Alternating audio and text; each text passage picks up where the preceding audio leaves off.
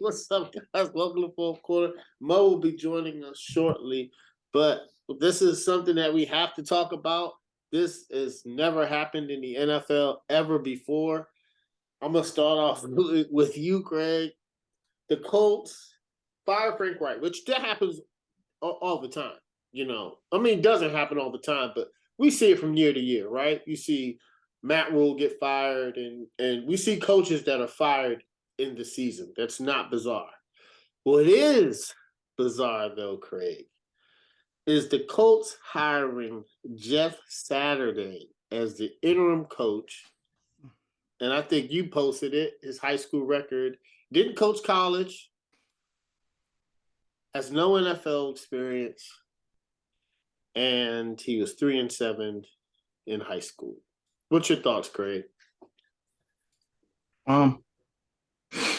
It's just it's a bizarre hiring, I guess. I think it wouldn't have been it would have been a bizarre hire because it just has no experience regardless. But it's one thing to do it mid-season. It's another thing to do it in the off season when you have time to obviously work on plays and things like that and get up to speed and all that other stuff and hire whoever you want to hire for your secondary coaches or whatever you want to do. But it's just kind of odd that they're going in this direction. I don't know. It's just weird. I mean, if he had experience, I could understand it, but he just doesn't have experience. So it seems like they're tanking without telling you that they're trying to tank or whatever it is. But I know the players are still going to want to play hard. They're still going to want to go out there and try to win games. But maybe this is like a blessing in disguise because there's no expectations on the team for the rest of the season. So I like Jeff Saturday. I like when he's on ESPN on First Take and on Get Up. So I'm rooting for him for that because I think he's a really good person to have on those shows. He's animated. He does his pancakes and all that stuff. But just from a coaching standpoint, it just seems kind of out of place. Then they're talking about he was, and then the play caller that they got calling. It's just like they bypassed a bunch of guys on that staff. I know Crazy. John Fox, who obviously coached the Panthers, and I like John. Been to 2 Super Bowls, Greg. So yeah, and so just for that, I just thought that they could have maybe went in that direction, or just anybody else on the staff that was deserving of being an interim head coach. And there's plenty of guys in the NFL around the league that have wanted the opportunity to be an intern, or to be a head coach, or even an interim head coach. And instead of going with somebody who has experience, somebody who's been with these guys since day one, or been with these guys since who knows years and years ago, you end up going with the analyst Jeff Saturday, who's obviously a former Colt, but he has no experience. This seemed kind of weird. Then they're talking about he was trying to get Dan Orlovsky to come in and be a quarterback coach or something. I don't know. Just be another assistant coach, basically. So, now you got Jeff Saturday, or potentially Jeff Saturday, and now you got Dan Orlovsky coming in. It's just all weird. But like I said, they had nothing to lose. So, it's basically a win-win for Jeff Saturday. I would assume he's not going to be looked at as the coach for next season. Unless he surprisingly does well, then you got head coach Jeff Saturday. I guess. At least he'll get some coaching experience for the rest of these games for the rest of the season. But like I said, I don't think there's really any high expectations on him for the rest of the year. So maybe they can just kick back, relax, and just call plays or do whatever, and just have fun with the rest of the season. I think at this rate, they're looking for a quarterback. So they could be top 5 situation. They're looking at a top 10 at worst. So and obviously if you can trade up or something like that, or if you can stay where you're at. I'm sure there's like 5 quarterbacks I think that could go at least in the top 15. 3, 4 come to mind easily. So now you're looking at possibly another guy, but they'll be in that situation with the Panthers and possibly the Texans and the Lions. Yeah, the Lions. There's a bunch of teams that need a quarterback, so they'll be in that group. But yeah, man, it was just a weird hire. So it took me by surprise. Out of all the guys to get hired, I mean, like Ryan is Ryan Clark next? If what's the dude's name? Swagoo, is he next too? Like I don't know. So I'm glad that you're so optimistic. I'm not optimistic. I'm just saying, like, I'm just saying they have really nothing else. There's nothing for them to lose at this point. Like, they're either going to be a top 5, top 10 pick in the draft, or nobody's going to take them seriously, and they're going to win take some teams and win some games, catch them off guard or something like that. I don't know. You know what I've watched? Rich Eisen said this. He said, let's see if anybody at ESPN condemns Jeff Saturday. And I have not seen one person do it yet. He's a very nice guy. Not true. Right? Not true. Who did? A bunch of Swagoo did it. I think who was on that show that day? I think Ryan Clark did it. Not Ryan Clark. I think it was Dominique Fox. Like, they all said he was a nice guy, but they all were like, they didn't bash Jeff Saturday, but they bashed the hire. Yeah, Jeff Saturday. They said he's a great guy, but and that they're rooting for him because obviously he's an ESPN colleague, but they just said that the hire was just didn't make sense. So here's the thing. First of all, it's very disrespectful. It's very disrespectful to people that put in so much time, sweat, and equity to become an NFL head coach. You know, he's gone from high school that wasn't even good to the NFL. Remember when Deion Sanders, they gave him flack? He went from high school to Jackson State. They was like, that's a big jump. This is huge jump to be an NFL head coach. It's one of the hardest. This isn't like NBA basketball. This isn't like Major League Baseball. This is the NFL. You know what I'm saying? This is very difficult to do. I don't know where Jim Irsay is going. I heard Kyle Brandt say this on NFL Network. He said, this is the analogy. You watch Marvel, right? He said it's kind of like having Vin Diesel direct an Avengers movie when all he does is the voice of Groot. You see how that works out? Like that's how crazy this is. You know? And then you got to think of the players, right? You have John Fox, right? You have so many people with NFL experience. If you want to reach back and get one of the players, Reggie Wayne's on the staff.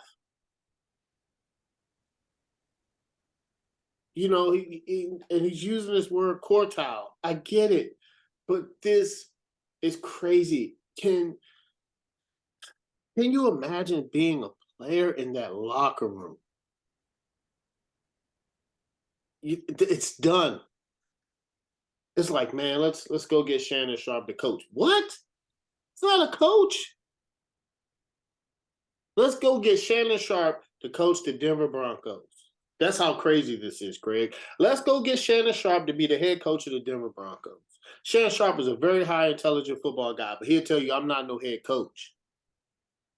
This is a very high level, difficult job. One of the smartest people.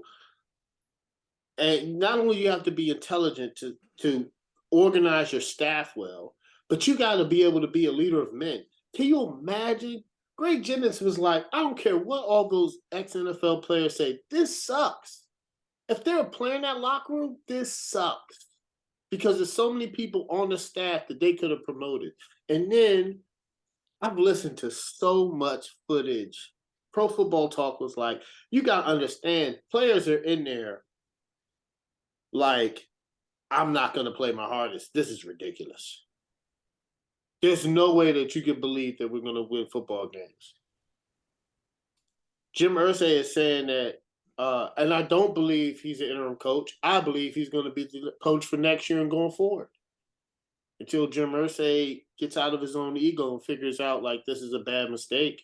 Indy fans, and I'm going to give it to Corey after this, Indy fans aren't used to losing. You know what I'm saying? Like, this is bad. This is a bad move, and I know other owners are probably like, what? This is crazy. You look at Arizona Cardinals.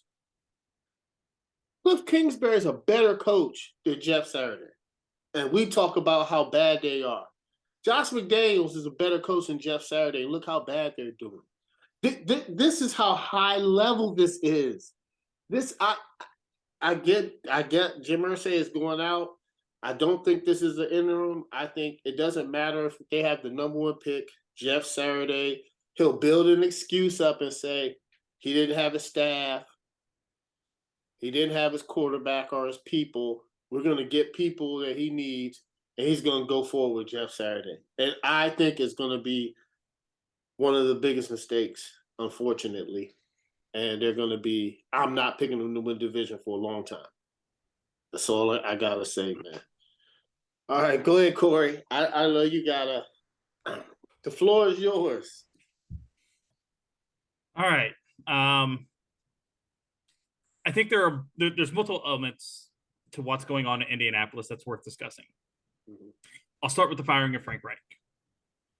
I will say, first off, that the firing of Marcus Brady, their offensive coordinator a week ago, looks even more like a scapegoat move now when you fire Frank a week later.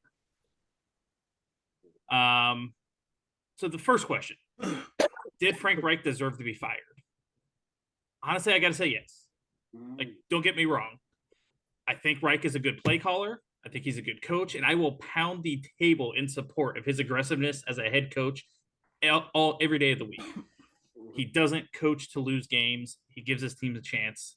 Absolutely love it. And I hate that we're going to go backwards with Jeff Saturday, because Saturday said he's always going to take the points. And that's coaching to lose.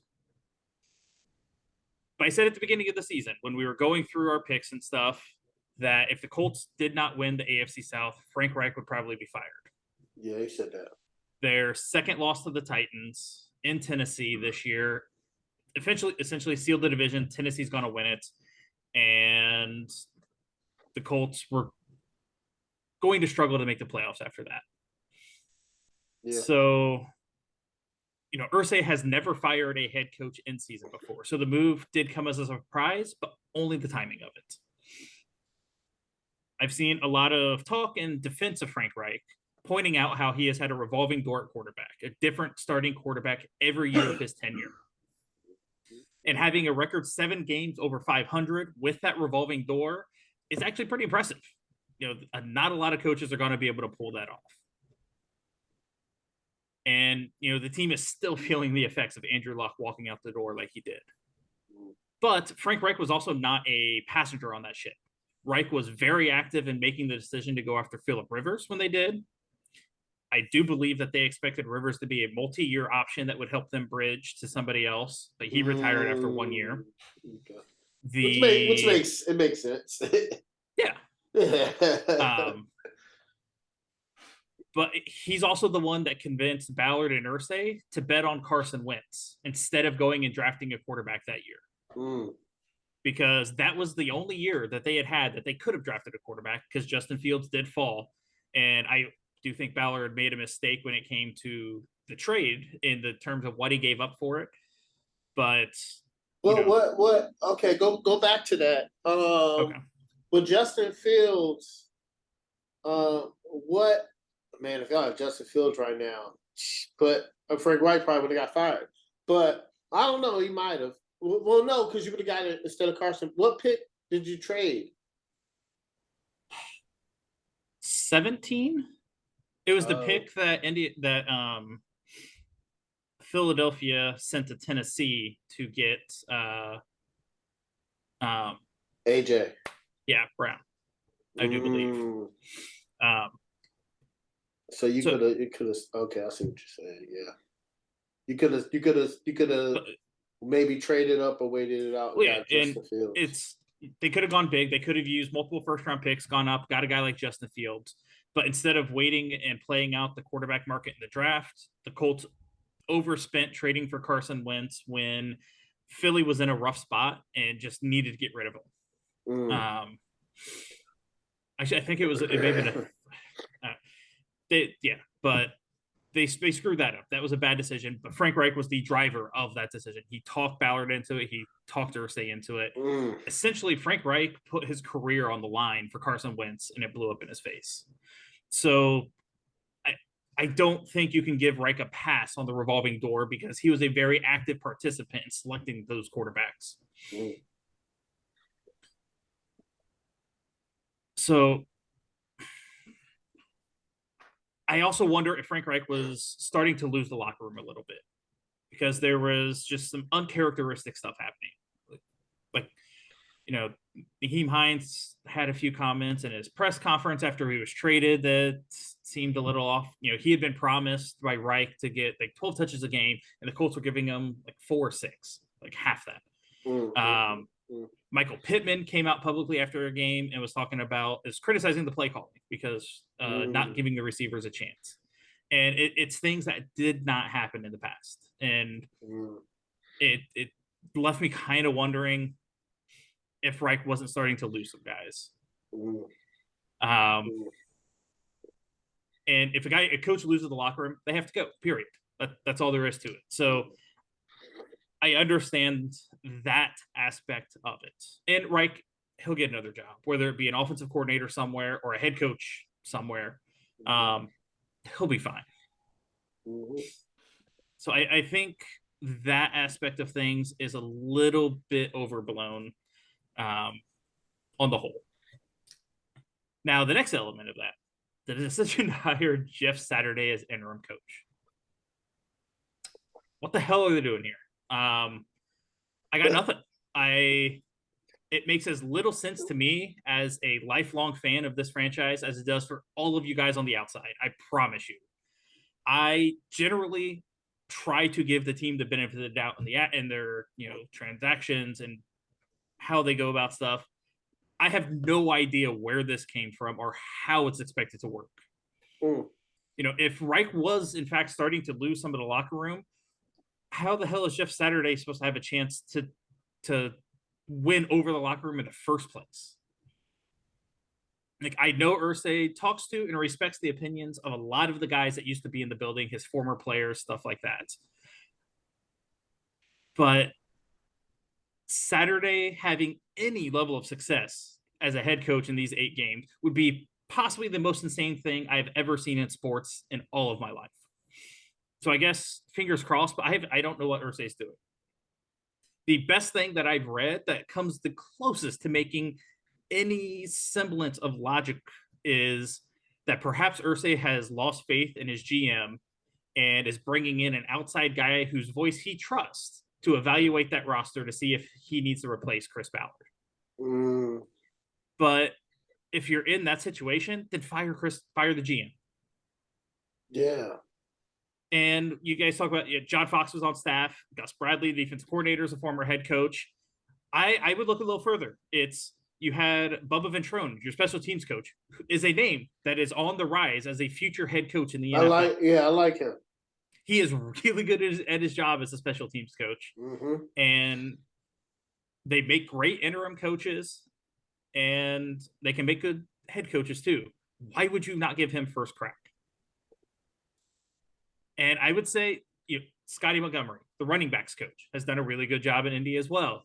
He's a guy that's name is on the rise as an offensive coach. Yeah. Give him play calling duties. See what you've got in the building with your staff before you do this. Now, when it comes to the Parks Frazier selection as a play caller, I don't hate it. Like, if you're going to pick Jeff Saturday, then screw it. Just throw something at the wall and see what sticks. It's kind of a why not move at that point because you're already going insane with the interim coaching hire. So why not pick somebody that low on the totem pole and see what they can do, I guess? I mean, the guy started as an assistant to Frank Reich for 2 years, then has worked his way up to being an assistant quarterbacks coach. So he's worked a lot with Eilinger. He knows the playbook. He knows the scheme. So it does make some semblance of sense in as much as any of this possibly could. But there's also after this today, Irsay saw some of the reports, saw some of the reaction. Tony Dungy was on Dan Patrick and was like, if Irsay would have called me, I would have talked him out of this. And So Irsay called a couple of the indie media to give interviews to kind of push back on that and refute some stuff. It sounds like if Jeff Saturday wouldn't have taken the interim job, he wouldn't have fired Frank Reich. And I'm not sure if that makes things better or worse, honestly.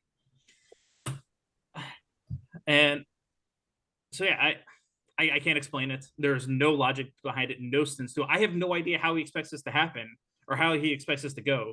But he pushed another one of his pushbacks was saying, oh, the team is not tanking. Absolutely not. It was when they announced Eilinger, the starter for the rest of the season, that was Frank Reich's decision. He thought his stance is that they could play any of the quarterbacks at any time, which I don't honestly. Come on. You sat Matt Ryan. Come on. If you really want to win, put him in. Yeah. Come on. Exactly. Crazy. So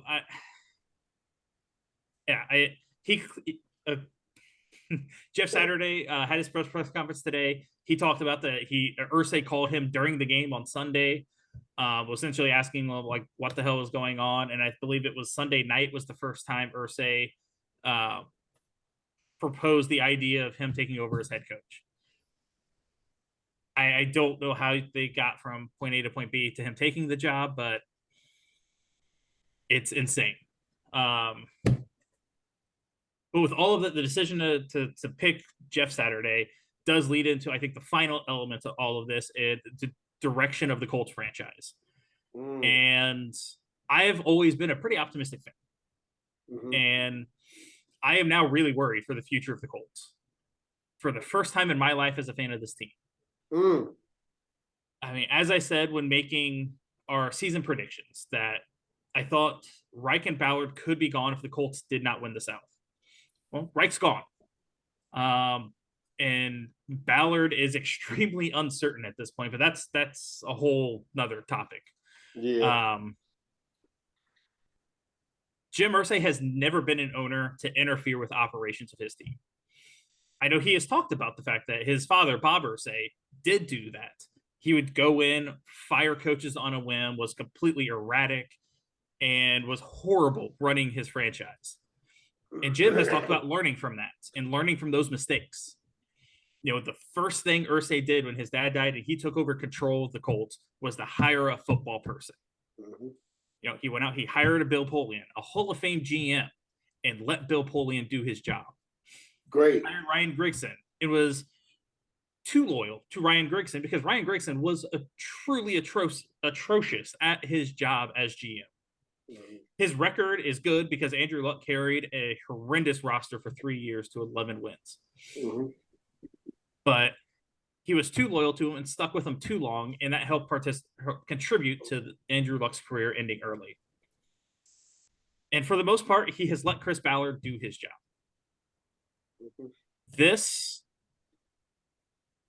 He's not doing that now.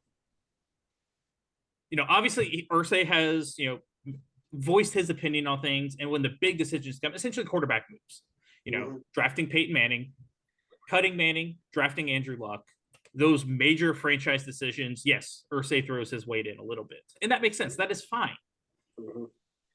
But he has never been a Daniel Snyder or a Jerry Jones or an Al Davis and just throwing around his influence and playing fantasy football as an owner until now. He made the call on getting rid of Carson Wentz. Frank Reich, it sounds like, wanted to bring Wentz back for a second season. Irsay was adamant it wasn't going to happen. I think Ballard quickly got on board with that decision because after Ballard talked to guys in the locker room, mm-hmm. and they were all on board with that. But it needed to happen. Fine. Mm-hmm. But the firing of Reich, well, before that, Irsay wanted Matt Ryan benched after the Denver game. Mm. The Colts moved Sam Eilinger from third string to backup to appease Jim Irsay.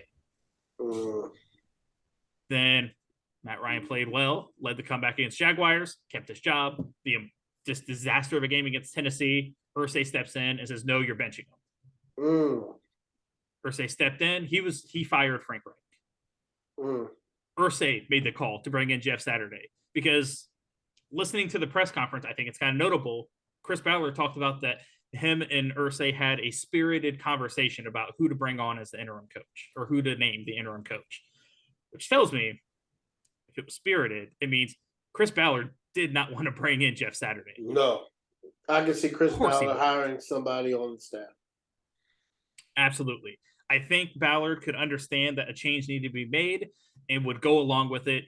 He was not on board with this decision. And he was very unhappy up there at that table during that press conference Monday night. And it was kind of awkward. And that press conference as well was bizarre.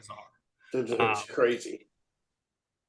But I've never seen Irsay throw around his authority like that. It's the thing that bad owners do with bad franchises that run teams into the ground and keep them bad for extended periods of time. I know. And if that's an indication of the way the Colts franchise is going and Irsay is going to keep doing this, then the Colts are going to be a truly terrible team until his daughters take over from him. I really hope that's not the case. I hope he comes to his senses and he either gets out of the way or put somebody else in charge or something. I hope he learns from this and sees it's a mistake. But it is not a good omen if Irsay's going to start going down this road. The Colts will be screwed, and it's going to be really hard to be a fan. Yeah, trust me, I know about owners meddling. Trust me. Let me ask this question because Jim Irsay said that Chris Ballard will be the GM in 2023. Do you believe him? That's what to say. I don't know. There's no way you can take that. I know. It's I don't think so. 3 weeks ago, he said Frank Reich. He leaked it to Chris Mortensen to that. Frank Reich. He didn't even leak it. He put his name on it. Yeah. And said Frank Reich is safe. Yep. That changed quickly. Matt Ryan, same with the quarterback. Well, I'm sure Irsay was on board. Irsay was part of the team that pitched Matt Ryan to come to Indianapolis. He was on board with adjusting Matt Ryan's contract to have guarantees into next season. And so to be ready to bench him after 3 weeks, I don't know what was going on. I don't, because to be honest, it is so weird because listen, the way your team is structured, you still have a very good defense. And I just don't understand the swift change. I feel like your offense was bad, but I don't know if I would have fired Frank Reich though.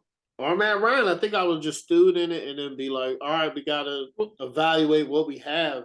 I will say when it comes to Matt Ryan, the shoulder injury he has was like an 8 to 10 week injury typically. Oh, okay. So had they beat Tennessee, I think there was thought that Matt Ryan could try to play through it, but I don't know how effective he would have been because his arm there was some stuff clearly off.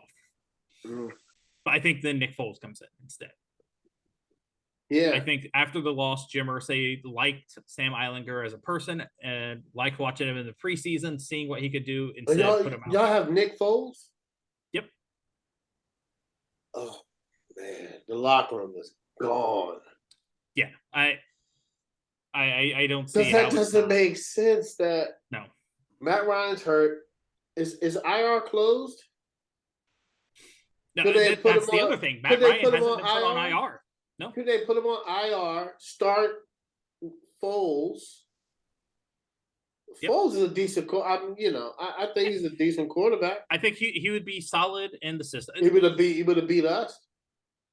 Probably. Yeah. I mean, the big issue for Indianapolis right now is the offensive line. Yeah. I know people kind of misconstrued something Ballard said during the press conference. And I think his argument was at the beginning of the season, the media and fan base was just crushing him for not doing enough to address the wide receiver position. And then right now, the Colts wide receiver position looks pretty good. Yeah, well, Pierce is legit. Michael Pittman's legit. Paris Campbell's finally healthy and showing what he can do. Yeah. but it's the offensive line that he's given a lot of attention that is failing this franchise.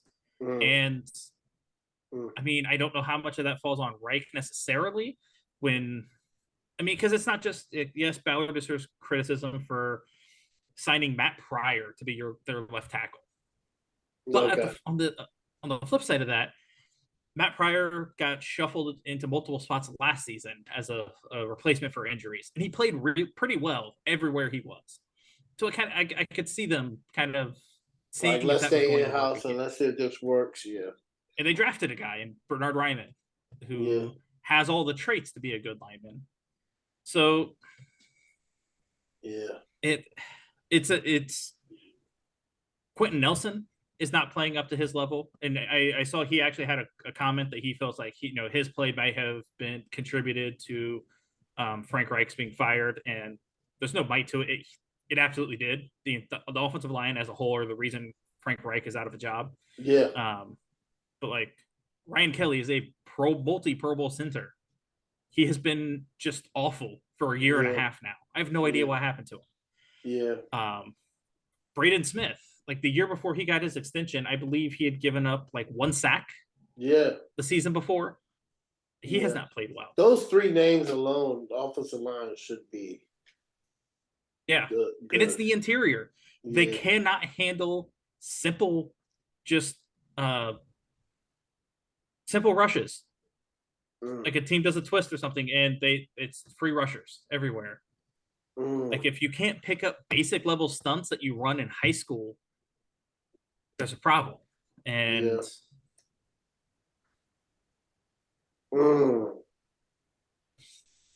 yeah, I get it. And I'm gonna say I have to say I'm really surprised that Snyder has kept his mouth shut, because this is some truly, like Irsay, kudos to him for speaking up and getting the ball rolling on Dan Snyder, because he needs to go. But like, this is some truly bizarre behavior, like 2 weeks later. Yeah, it is. It's very bizarre. They did release a statement, but it wasn't Snyder. I don't think Snyder's saying anything right now. Like you just shared in a group chat that DC Attorney General's got some big news. I don't know what it is. Yeah, my friend said he should do a Netflix special called Surviving Dan Snyder. I was like, "Come on, jeez, man." Oh, there's a good documentary on all this. Yeah, this is crazy. The Commanders did just put out a statement essentially dragging Brian Robertson into things and trying to go after the DC AG. And so Snyder needs to go. That's a just abhorrent thing, trying to drag a player into something to defend your horrible actions. Owner. Yeah, he's horrible. But anyway, enough about horrible owners. The Bills, they lost to the Jets at home. They lost to the Dolphins as well. They're 0-2 in the division. Do I still see the Bills win the division? The only reason I ask this question is because the AFC East is not a cakewalk, right? Every team in that division is over 500. Might have been wrong about the Patriots so far, but Belichick has, besides the Chicago game, is coached.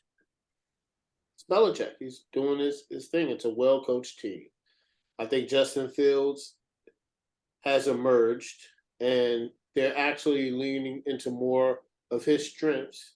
So that's why he's Justin Fields is doing this thing right now. So it just took Belichick by surprise, because they changed the whole game plan. But the Bills still they own Belichick the past 2 games. I think they still win the division. The number 1 seed, I don't know. They're so flip-floppy. And the problem is, if they play the Ravens, or I feel like if they play the Ravens and the Chiefs, or the Dolphins in the playoffs, it could be any given day of which Buffalo team you're going to get.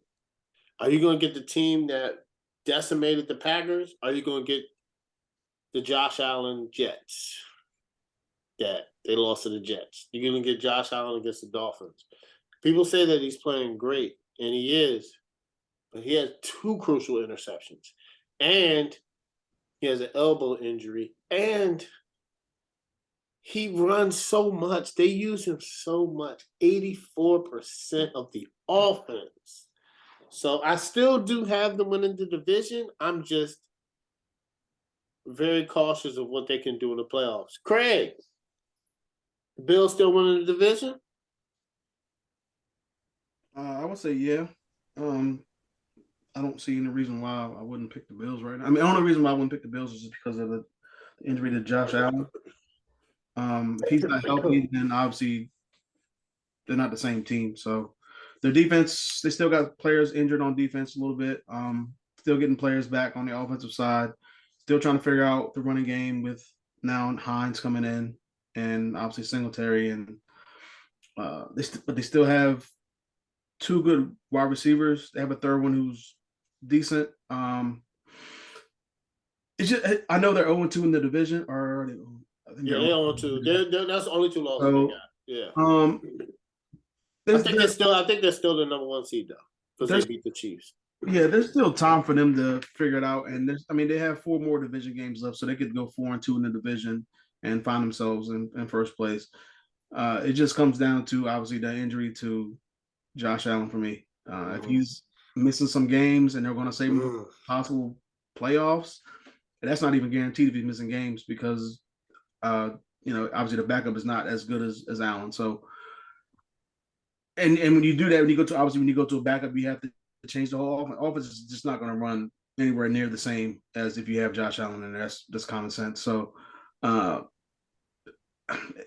it's up in the air right now. But I would, as long as Josh, I want to see what happens, because I think they had something come out today about Josh Allen's injury, and they still didn't really say much. Yeah. But I'm just hoping that he can come back and he's healthy, and they can try to put something, like, because after he got hurt, he was able to throw that ball like 60, 70 yards. I think it was 69.5 yards. Like right after he got hurt, and it was almost caught. So, I mean, that's just one play, obviously, out of, I don't know, 30, 40 pass plays that he can throw. But maybe if he's still able to go, they can get some short passes in there, something that's really not going to overextenuate that elbow, because I think that's like the Tommy John thing, right? Yeah. So their backup is Case Keenum, Craig.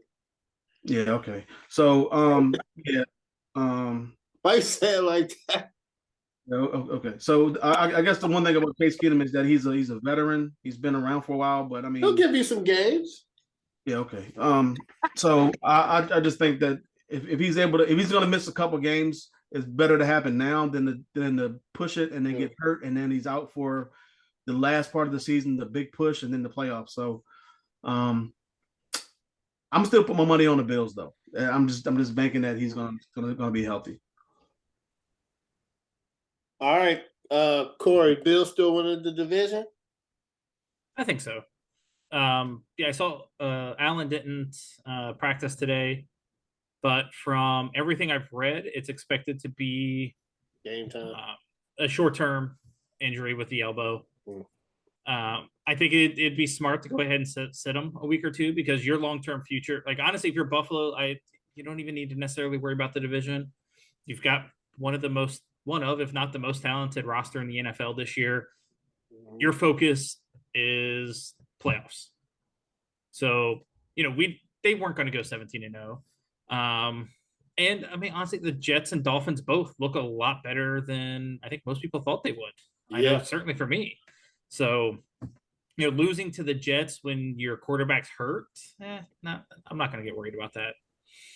I don't know that. I don't think the Jets, yes, they're playing well. I think that there's a good chance they would succumb to the pressure if they were, on the verge of winning the division. Maybe Miami can pull it off, but I think Buffalo has enough to be able to still win the division, and they'll be fine.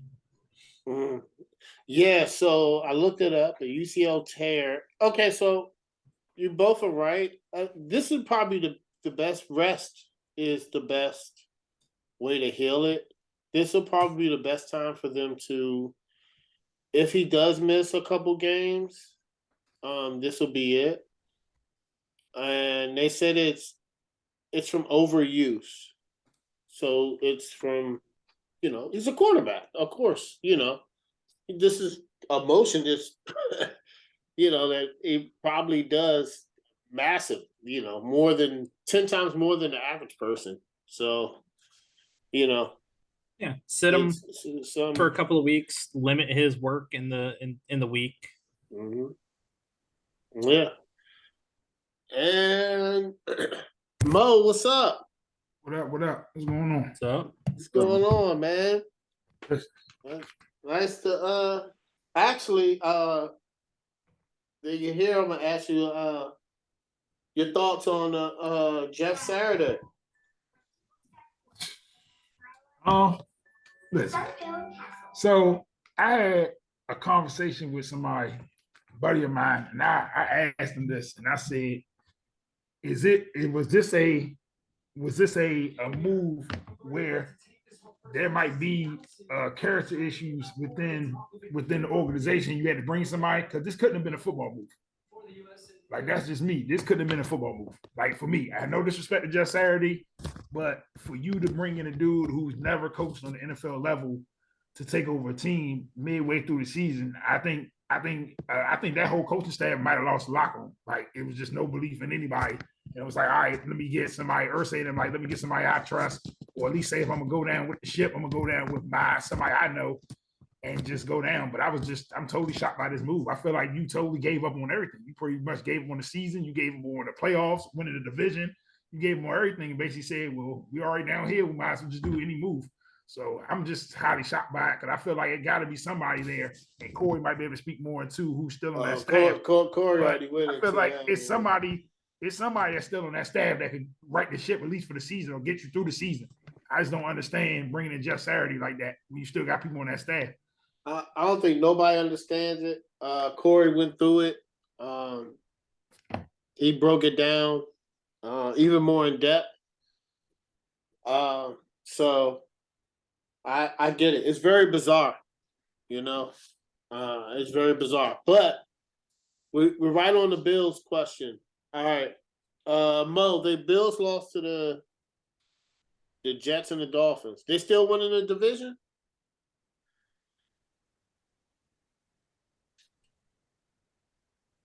Oh, I think he's muted. Mo, you muted.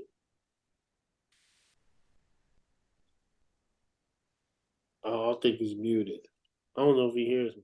All right, but anyway. All right. I don't think he hears me. All right, anyway.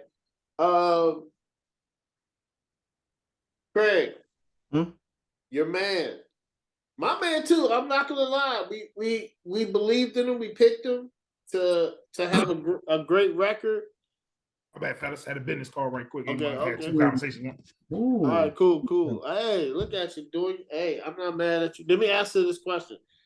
As the Bills lost to the Jets and the Dolphins, they still winning the division, Mo? That's tough. I need to see what's going on with Josh Allen if I answer that question. Listen, I think if Josh Allen missed 4 games, I think Miami's going to win the division. If Josh Allen's out for a couple of games, I think Miami might win his division.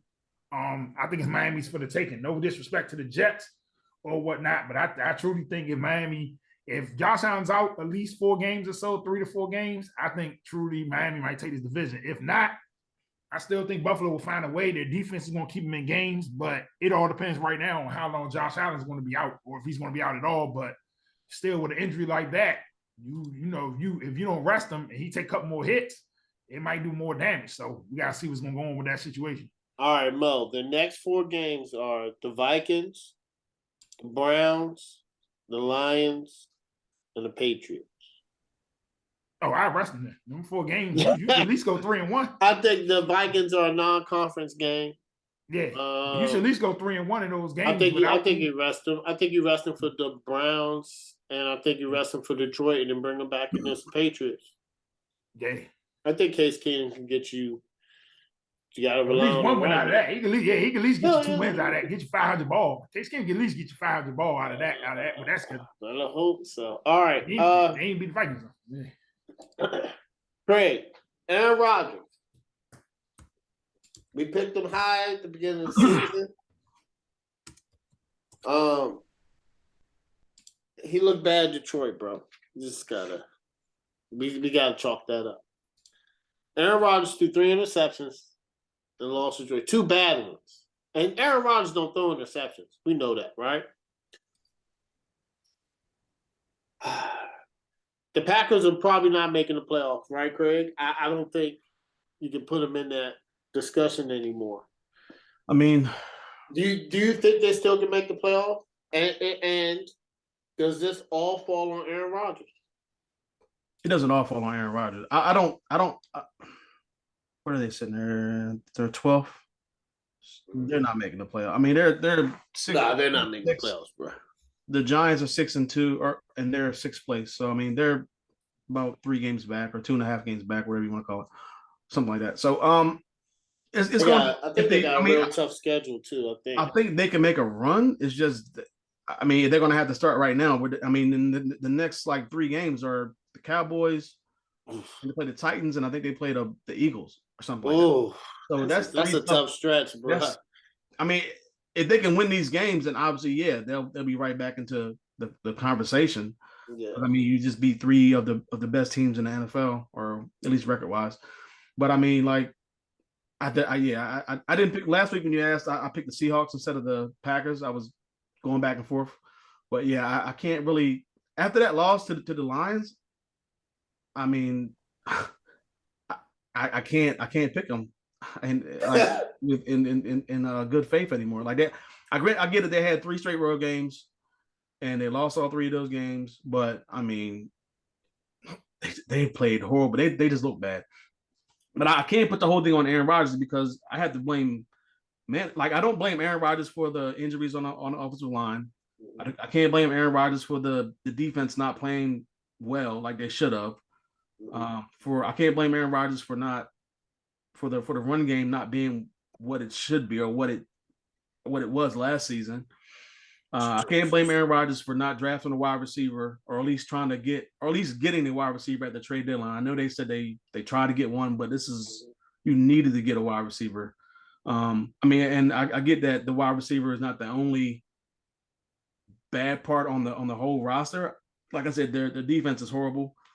I can't really stop anybody. Like I get the offense only put up 9 points last week, it's probably Aaron Rodgers' worst game I think I've ever seen. Yeah. But I mean, at the same time, like there's other areas that needed to be addressed, not just Aaron Rodgers. Sometimes he's putting the ball right there. Sometimes he is overthrowing the ball. He has to deal with too much out there as far as his line. Like his line is just getting beat up. Sometimes he doesn't have the time, but yeah, he does overthrow the ball. Sometimes his balls, pause. They're dropped. Like the receivers drop the passes. I mean, he just can't. He doesn't have a receiver that he can rely on. If Sammy Watkins is your number 1 receiver, he can't stay on the field. Your season is lost. I mean, Dobbs. I mean, sometimes he's in there. He made some really good catches this season, but he's also dropped some passes. Obviously, they don't have Cobb anymore. I think if Devontae was on this team, obviously, I think the offense would be better, but that still wouldn't solve every single issue with this team because their record would be flipped if they had it. I don't think so. I think because their defense is horrible. I think their defense is bad. It's just not up to par, and they're not running the ball enough. And then when they do run the ball, they don't run the ball well. They have 2 running backs on this team that can get over 1,000 yards a season, especially with an extra game, and they still can't run the ball. I think Devontae will make a difference, but I don't think they will be 6-3 versus 3-6. I think a couple more wins. I just think that there's so many other issues besides Devontae. Okay. I got you. So I think there's a bunch of issues that's on this team. But Aaron Rodgers is not, to me, the only scapegoat.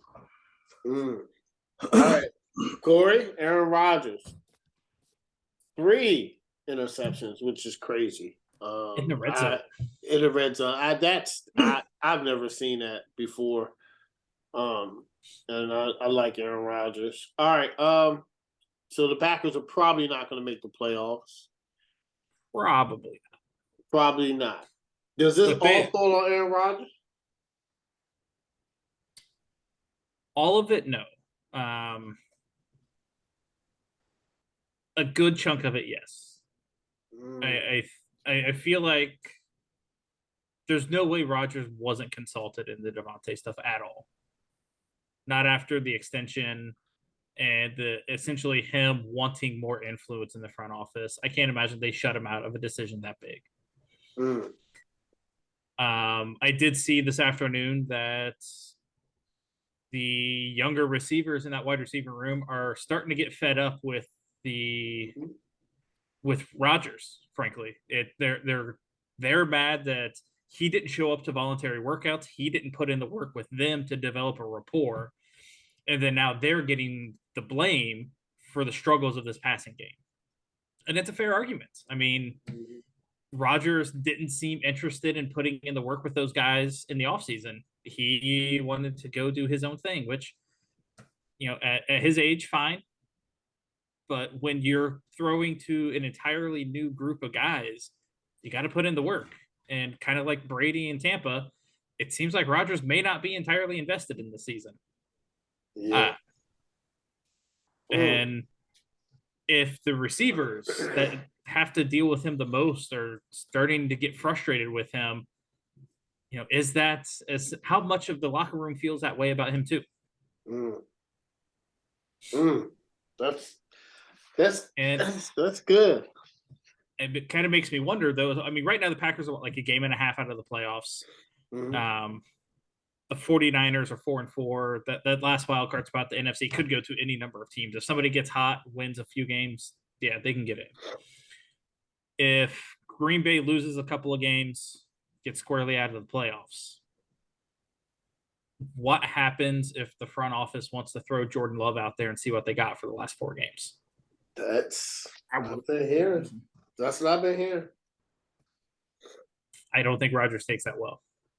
No, that Corey, I've been hearing some stuff. It's so I think you're right.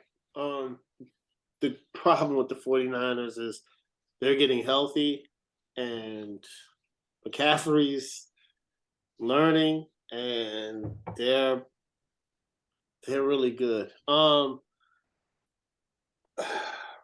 Is it on all Rodgers? I don't see him going to the playoffs because of their losses. And they have a motion detected at the front door camera. They got a bad was great. They got a bad 3-game stretch. I mean, they got the Cowboys and the Titans and who else? The Eagles. No, they're not going to win any of those games. Maybe the Titans. But I don't see them winning against the Eagles. I don't see them winning against the Cowboys. Not with the offensive line issues. It's not okay. I can't put it all on Aaron Rodgers, but he does deserve some of the blame. I do agree with Craig in that Matt LaFleur calls the plays. I don't understand when you have O-line issues. I get it, but you have 2 phenomenal running backs. You should be pounding the football. The defense has been a letdown this season. I don't like Joe Barry. He was in Washington. I don't think he's a good coordinator. I don't think they should have hired him, but whatever. He always does this. He always has all this talent on the defense, and you expect the defense to be a top 10 or a top 5 unit, and they don't because he's too complex, like Josh McDaniels. Too complex. Sometimes you need to pull a Daniel Quinn and simplify things. You know what I'm saying? Keep it simple and stupid. That's a real thing in the NFL. And Joe Barry was criticized this in Washington, and now he's probably going to be criticized again for this in Green Bay because their defense should be top 5. hands down. They have every level they're good at. Anytime you have a defense that's good at every level, you should be where 49ers are, or the Bills, or Tampa, or the Broncos, the Colts. You should be in that defensive, you should be in the conversation of the best defense in the league, and you're not. But the Packers did try to be aggressive, Craig, and trade for a receiver. They did try to get Chase Claypool. They were thinking about DJ Moore, giving a one up. They want to go that. But I think that I agree with Corey a little bit where he got to take a little bit, man. Like, you can't have a whole new receiving core and don't throw to them in the offseason. But here's the caveat as well. He's Aaron Rodgers. That's what he's going to say. Like, I've won 3 MVPs. I'm a Hall of Fame quarterback. But, him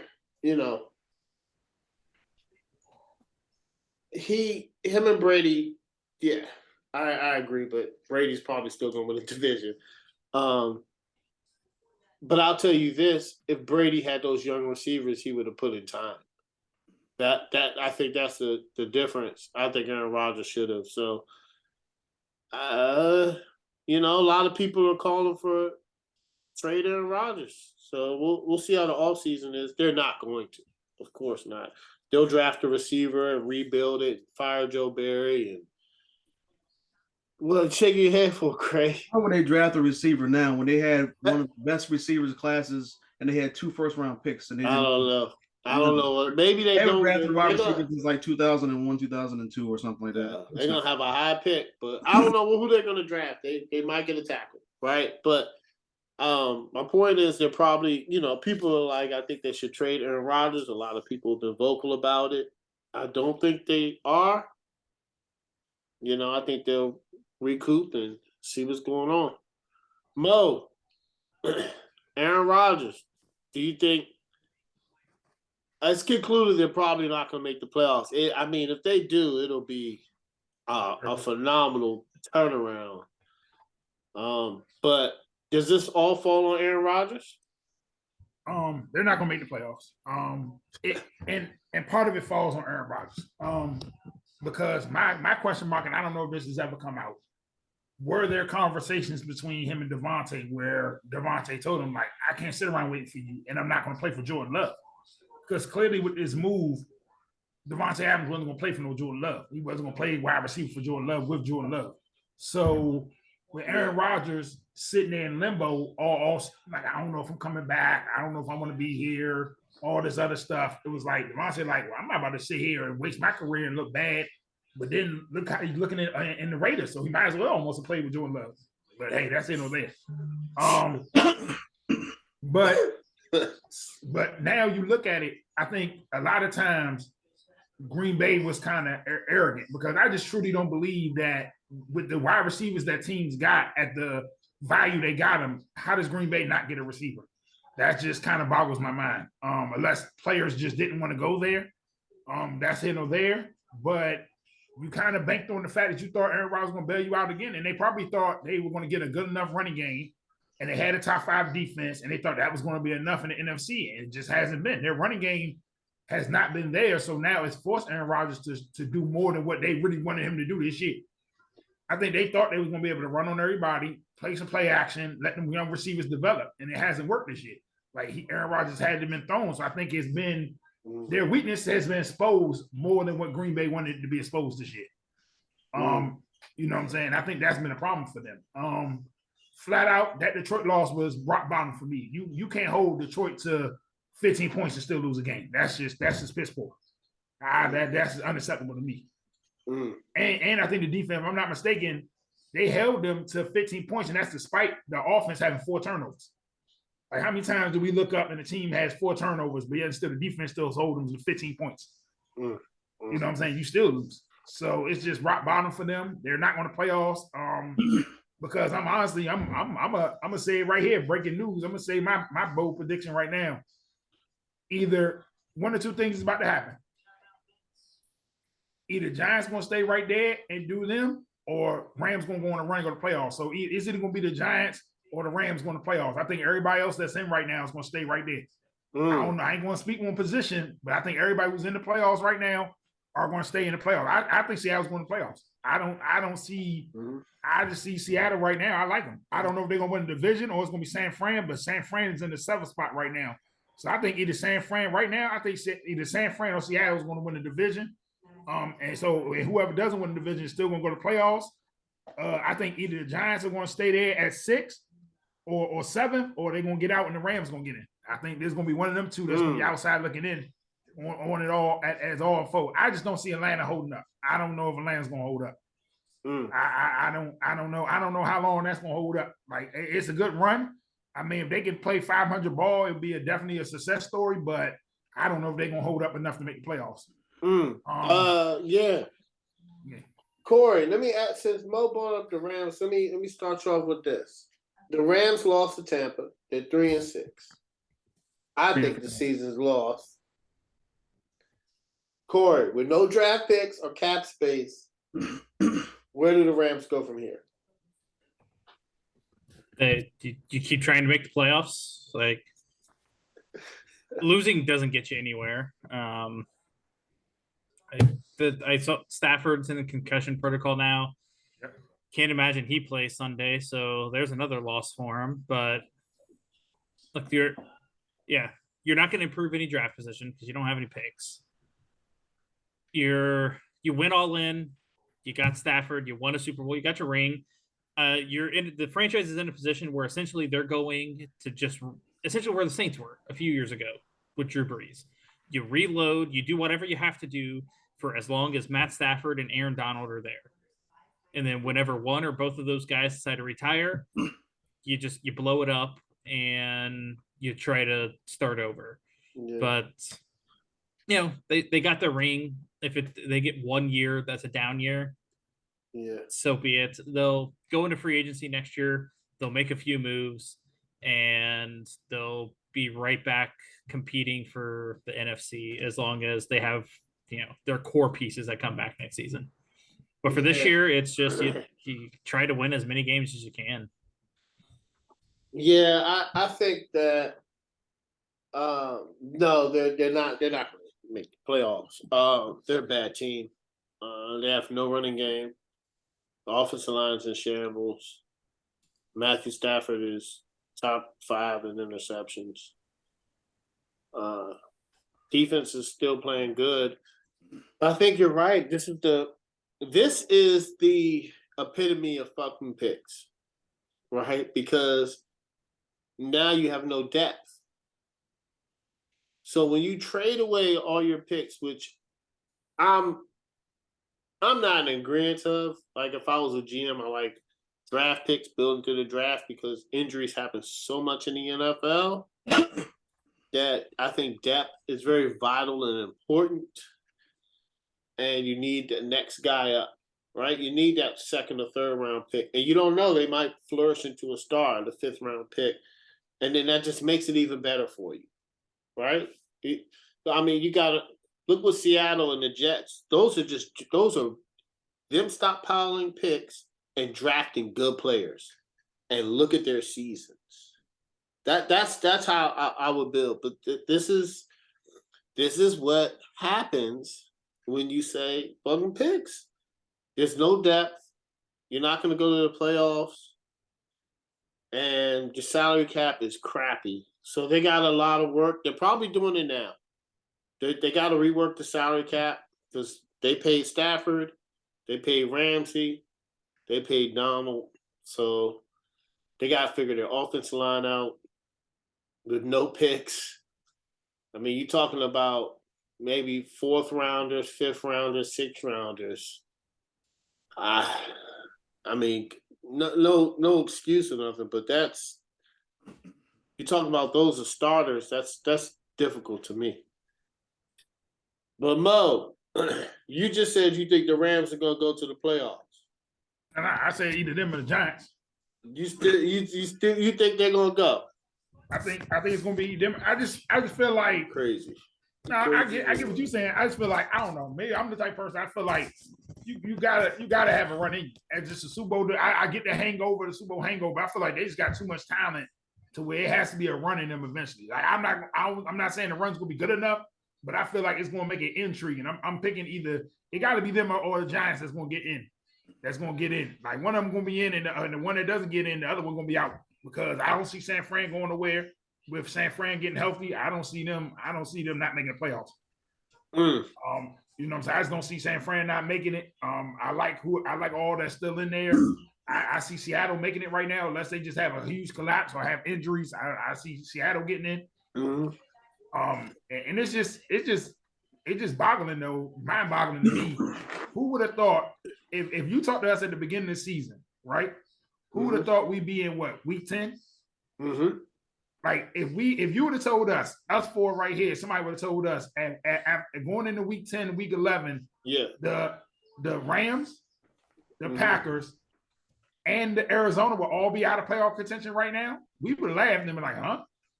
Like we'd have been like, what? Like if somebody had told us that, we'd have been like, what? Like we all picked the Packers and the Rams high. Yeah, but even Cardinals. I mean, I didn't pick them. I know, but I'm saying to be out of playoff contention. Like when I say out of playoff contention, you right didn't now, think like was 2-3 games bad. out. I did. Like, I didn't think they'd be this bad. Right. This through 10 games, crazy. I didn't pick the Cardinals. I knew this was gonna be a double. I didn't think they'd be this though. I don't know. I cannot wait to Hard Knocks. Oh yeah. That joint is gonna be crazy. We're gonna really see how it is for an NFL player to suit up knowing they're gonna lose. This is about to be wild. This is about to be real live TV. But nah, I don't know. And then now it depends on this now staffing and protocol. So let me say this, and y'all know, I know y'all gonna be like, there Mo go again. Listen, if Stafford don't play, who's about and they quarterback? If some Wolford, they stop this, man. If something Wolford or something, I forgot the name. I'm about to look. But if Arizona loses to them without Stafford, John Wolford. Yeah, stop this, man. If Arizona loses to them, he balled out in the playoffs. Stop that. if Arizona loses to them, it might be time for Kingsbury to start getting his paper smoke, his walking boot. Because this is embarrassing. This is terrible, man. Wolford balled out when they had Jared Goff. Remember? That's fair, but if Arizona loses to the Rams Sunday without Stafford, it's I wouldn't be surprised if they do. It need to be some conversations had with Kingsbury. He need to go step into the office. I can't wait to Hard Knocks. It's gonna be sad. Craig, Rams, where they go from here, man? I know Mo thinks they still. I don't think they're gonna make the playoffs. I think they're gonna end up with a bad. Somebody's gonna get a great pick that they traded for. What do you think the Rams go from here? What do you mean? I think they're not going to the playoffs. So no, like they have no cap space. They're done. Like I don't know what you want me to. This team is just not. They're not as good as a lot of people thought they were going to be. I think the division is pretty much done. Like I think with the 49ers getting healthy and Chris McCaffrey coming over, I think they're in a good position to finish at worst second. I think Seattle's better than what we thought they were. So I don't see how the Rams even factor into anything going forward. They don't have any picks coming up. They can't run the ball. They're second worst rushing team in the league. Stafford has 8 touchdowns, 8 picks. I don't think that OBJ makes that big of a like. Allen Robinson's not even getting looks.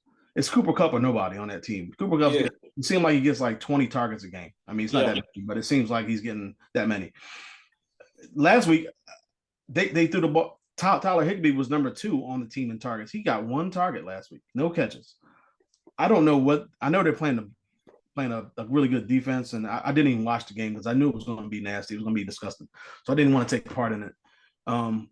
But I just knew that that game was something I didn't want to see. You know what? I don't want to see Rams. I don't want to see Packers, and I don't want to see the Bucks anymore on TV. No, the Bucks. Those teams play each other, and I think the Rams played the Packers. I'm not gonna watch. Yeah. It's a bad game. I'm just give me the Jets, give me the Seahawks, somebody like that. I'm not watching those three teams anymore.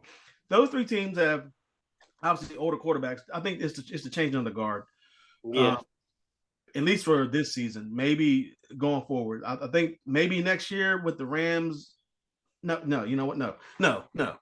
Because they're just not good. They're just not good. They're not good. They don't have no draft picks. I don't think they're going to be in position to do anything next year unless they sign some free agents, or maybe trade for somebody. They don't got no cap space either. Yeah, I mean, maybe if they trade for somebody, possibly, or if they let some people go and then sign some. I don't know. They have to make some decisions in the offseason. But like Corey said, they did what they're supposed to do. They got the ring last year. And that's pretty much what it was about. So getting the ring, getting all these players, Jalen Ramsey and Von Miller and Stafford, all these guys came together last year, OBJ, and obviously they got the job done. But now looking forward, it's kind of like, what this reminds me of? It reminds me of the Lakers. Lakers got a championship in 2020, and now they're starting to just go downhill with a bunch of guys, older guys, and kind of had championship aspirations last season, and then look at them. And then you look at this team, the Rams, same thing. It seems like you're just going right down the same path as the Lakers, and I just don't see any way that they're going to be able to recover, especially without draft capital and without money. So yeah, man, that's a good point. And I'm a Lakers fan, and they're both LA teams. LA teams, and it just doesn't look good for them. I told you, man. I'm not with the whole F them picks. I like draft picks. I like grooming. I think the NFL is one of those places where it's just one of those leagues you need so much depth. I mean, it did get them a ring. It did. But I don't know how long. I don't know when I'm gonna ever pick them. It's gonna be a while. I don't know. It's gonna be a while. Yeah, it's gonna be a minute. All right. I'm gonna start off with the week 9 recap. What stood out, my feelings about some upsets, which teams look lost. I'm gonna start off with the Las Vegas Raiders. This is mind blowing to me, but it's kind of mind blowing to me because it's kind of like how you got Derek Carr, who I know is a comparable quarterback, right? You have Devontae Adams, Hunter Renfrow. You have all of like their offensive pieces. Darren Waller are phenomenal. Josh Jacobs in the backfield. He's a decent running back, right? And he's supposed to come in and fix the offense, and they've been horrible. I think they've had 3 games this season where they have had a 17-point lead, and they've given it up. They've given up and lost the games. And it's just mind-blowing to me, but maybe it's not. Maybe Josh McDaniels is that bad of a coach, and I think they're going to stick with him through the season. I would have probably never hired him because I don't think Belichick coaches are good. So, the Kansas City Chiefs, man. Patrick Mahomes is something else. We got to be blessed that he's just a great he's a generational quarterback, man. He's not even, he had the most rushing yards for the Chiefs. And he did it in big spots. And he's not a scramble. He's going to wait to throw the ball. But it's a stat that when the Chiefs are down, Patrick Mahomes' winning percentage is over 60%. That is scary. That's scary, man. That means if you have a lead and you're playing the Chiefs, it's not safe with Patrick Mahomes. I just think that to shout out to his greatness. The Patriots, man, like I said earlier, Belichick has been coaching good. It's a good win. And it's just very surprising. You know, listen, the AFC East is the only division that all teams have a winning record, and I gotta give a shout out to that. Shout out to the Titans too, man. With Malik Willis, they hung in there, one of the best teams in the NFL. Mike Vrabel's coaching job is phenomenal. He's a good NFL coach. And he's one, and you know what's funny? The path that he took, you know, wasn't the Jeff Saturday test. He actually went to Ohio State, coached. Then he learned. He was like, I want to be a head coach, so I got to learn. And he's not underneath the Belichick tree. He went to Houston. He learned. He was a position coach. Then he was defensive coordinator. Got the head coaching job. Never looked back. You know, so shout out to him as being a great head coach. And the Jets. Listen, you know, I heard something about the Jets. Their roster is very good. If Zach Wilson puts it together, they're a great team. They believe in their coach. Their GM is surrounding Zach Wilson with pieces. They had a great draft class, probably 2 back-to-back. And they're positioning themselves. If Zach Wilson could turn that corner in year 3, they got themselves a team. Now, if he doesn't, that's a decision up to them because they'll have a team that's ready to win now. And then, I mean, that's a good position to be in, but that's with the other 40, well, not other, but the other 15 teams in the NFL, like, we just need a quarterback and we'll win. So that's, you know, I don't know if that's a good position or bad position to be in, but, you know, so that's just my recap. No NFC teams. The Bucs are going to make the playoffs barely because their division is garbage. And that's all I got to say about that. All right, Mo, what's your week 9 recap? Ravens. Ravens are on the run. Their defense is turning the corner. That the pickup of Roquan Smith showed off early and often. You know, he was right away making tackles. Their defense is improving. I know it's New Orleans, but their D-line was getting after it. I think they're going to be scary, and they got the easiest remaining schedule in the league. Like their schedule, they don't have a team with a winning record on their schedule to the last game of the season right now, and that's the Bengals. Like it's just scary their remaining schedule. Like I think they can go on a run if they stay healthy. I think they can go on a run. Look at it right now. Seattle just continues to shock me.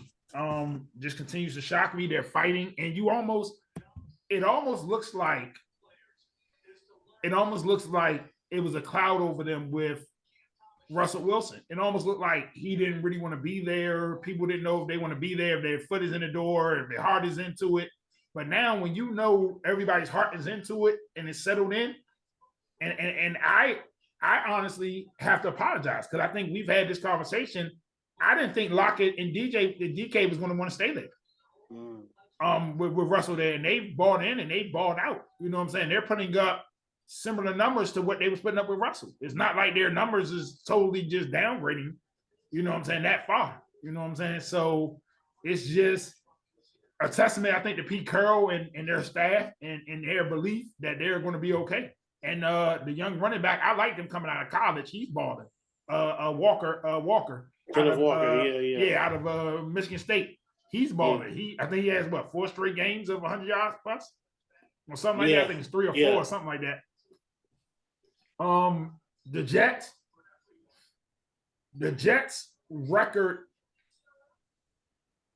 Jets record, despite Wilson not playing well this year, has been astounding. Like if you had told me this has been their record, and you're telling me Wilson has not even had has he had a game yet? We look and be like, you know what? That's a solid game. That's a game of a quarterback turning the corner. Like I don't know if he's had a game like that, but we can sit back and say that yet. And they are 6-3. What, 6-3? Yeah. So it's astounding. Like they got a legitimate shot for 9 wins this year. Like who would have thought at the beginning of the season Jets would have had 9+ wins or 8+ wins this year? You know what I'm saying? Definite, definite major turnaround. So I'm definitely looking at them, and I'm definitely looking at them making the playoffs. I think they're gonna make it. That's why I said this Buffalo injury thing is going to be, this Josh Allen thing is going to be interesting as far as what's going to happen down this stretch. These next couple of weeks is about to get real interesting. NFC, Dallas, Green Bay. Dallas going to continue that run. I think they're going to. I hate to say this, but right now how it looks, I think they're about to beat the brakes off Green Bay. Like I think that's about to get ugly. Like Dallas off a bye week. If Dallas lose this game, Lord have mercy. Nah, they not. Like I would just be like, what? Like I just think it's gonna get ugly down there. Like Dallas now getting healthy, bye week. This the time to knock Green Bay out now. This the death blow right here. You know what I'm saying? At home, McCartney returns. I think they're gonna try to put 50 on them. You know what I'm saying? I'm excited. I was excited, and let me say this: I'm still excited to see that Minnesota Buffalo game, even without Josh Allen next week. I'm excited to see that Sunday. I think a major intriguing game, and it's on who we got. It's on our list. I think that Chargers San Fran game is very intriguing because the loser of that game might be in trouble. You know what I'm saying? Loser of that game might be in a little bit of trouble. So that's gonna be an intriguing game. So yeah, that's my thoughts on week 9. All right, Craig. Week 9 recap. Okay, well, the Panthers are trash. I knew that coming in. Got destroyed. Whatever. That's what it is.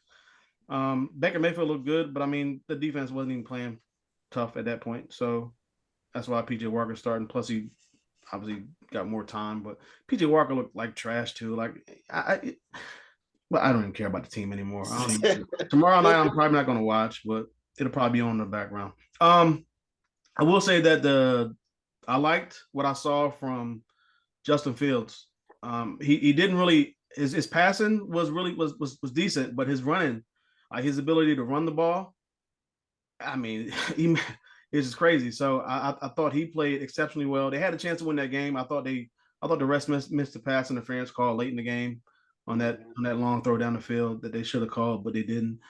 But the Bears, I mean, I know they've only won 3 games and they lost 6, but they look like a team. They look better. I would rather watch the Bears at this point than watch the Rams or the Packers. I mean, they just look like I like offense. So, I mean, they just look like they can move the ball up and down the field, even without some pieces, especially on that defensive side. They got rid of Smith and Quinn. And I know they gave up a lot of points, but I was trying to figure out what they were doing last week when they got rid of those guys or whatever before the trade deadline, and then they went up signing and they traded for Claypool. But I mean, if they can keep doing what they're doing with this offense, then I mean maybe it'll work out. On the flip side, I like Tua. Tua's since he's he's undefeated as a starter this year when he's played and finished the whole game, and he has 15 touchdowns and 3 picks. So Tua is looking like a sneaky MVP candidate out there. The Dolphins are 6-3 at this point. Every game, like I said, every game he's played and started and finished, they've won. Obviously he has Hill and he has Waddle. He has 2 really good receivers, but I mean, you got to give Tua some credit there. I look at we talked about the Packers and how terrible that they look. It just doesn't look good for them. If you can only, like Mo said, you give up 15 points, which is really good, but you offense only scored 9, and they had 0 points at halftime. I can't remember the last time I saw the Packers team that didn't have any points at halftime. I could be wrong. It happened early this year against the Vikings in the first game because I know they got blown out in that game, or maybe last year when they got blown out against the Saints. But this offense just looks horrible. The Jets look really good. Zach Wilson hasn't played well, but the first play of the game was the kicker slipped on the tee, and they gave the Bills a short field, and they was able to hold them because Josh Allen threw a pick to Sauce Gardner. So, I mean, like they were able to get through that mistake and still come up and make big plays and not allow Josh Allen to throw a touchdown pass this season for the first time this season. I know he had 2 rushing touchdowns, but like their defense look like a championship type of defense. If they can hold that and keep that going for the rest of the season and get Zach Wilson needs to come around. Obviously, he only has 4 touchdowns with 5 picks, but if he can somehow have a good game, not even a great game, but a good game, like 2 touchdowns, no picks, and like 250 yards or something like that, and just be efficient, then this team could be a completely different team. And this team looks, from the injury to Breece Hall, I thought they were done. With Elijah Moore requesting a trade or saying he wanted to get traded, I thought they were done at that point too. And then switching over from Flacco to, even before that, switching over from Flacco to Wilson, I thought they were done because Flacco was slinging the ball down the field. And they've completely made a believer out of me. The Vikings continue to play tough games, close games. Every win for them this season has been a 1-score game. So I wasn't surprised that the win over the Commanders was a 1-score game. The Raiders look horrible. It just looked horrible. I don't know. The Raiders are 0-5 on the road. I don't know how you blow another lead and you blow it to the Jaguars. I don't know what they're doing. Another team that's made a believer out of me is the Seahawks. I know they played the Cardinals. The Cardinals are not good, but I mean, it's a division game, so you excuse me, you never know how those games are going to go. But Geno Smith looks like I never thought I would say it. Looks like an MVP candidate. I don't know. He's playing exceptionally well, and he's believing in. He's buying into the system that Pete Carroll has, and Pete Carroll now has a quarterback that wants to listen. But Geno Smith really, it was like he's not a superstar, but like he had nowhere else to go. But I mean, he is buying into the system. Not even gonna touch on the Bucs and the Rams because yikes. Think about what you said, James, about the Titans, how they with Malik Willis playing quarterback, and the Chiefs needed 43 for 68 as far as passes from Patrick Mahomes to come back and win that game in overtime. So I thought the Titans really played well, especially in the first half.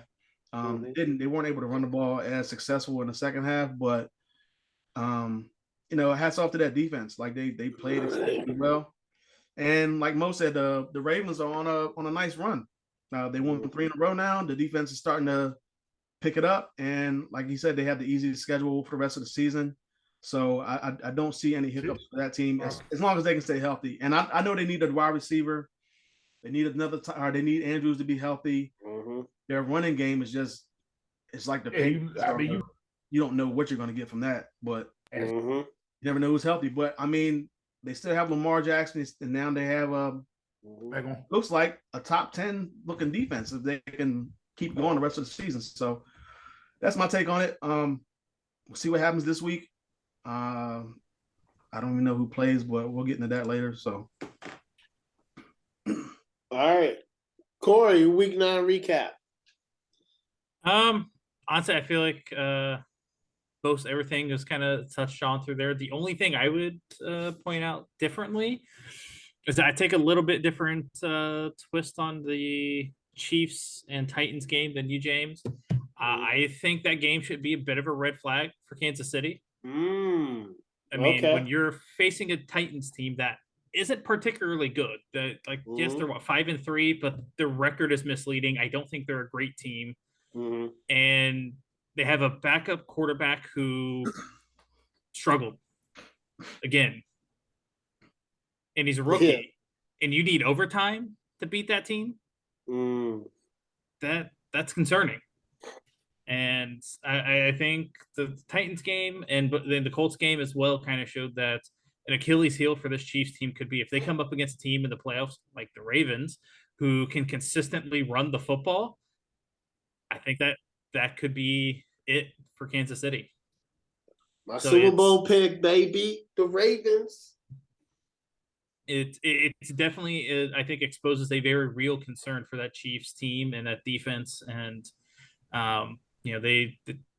Mahomes was crazy at times in that game, but there should be some concern there.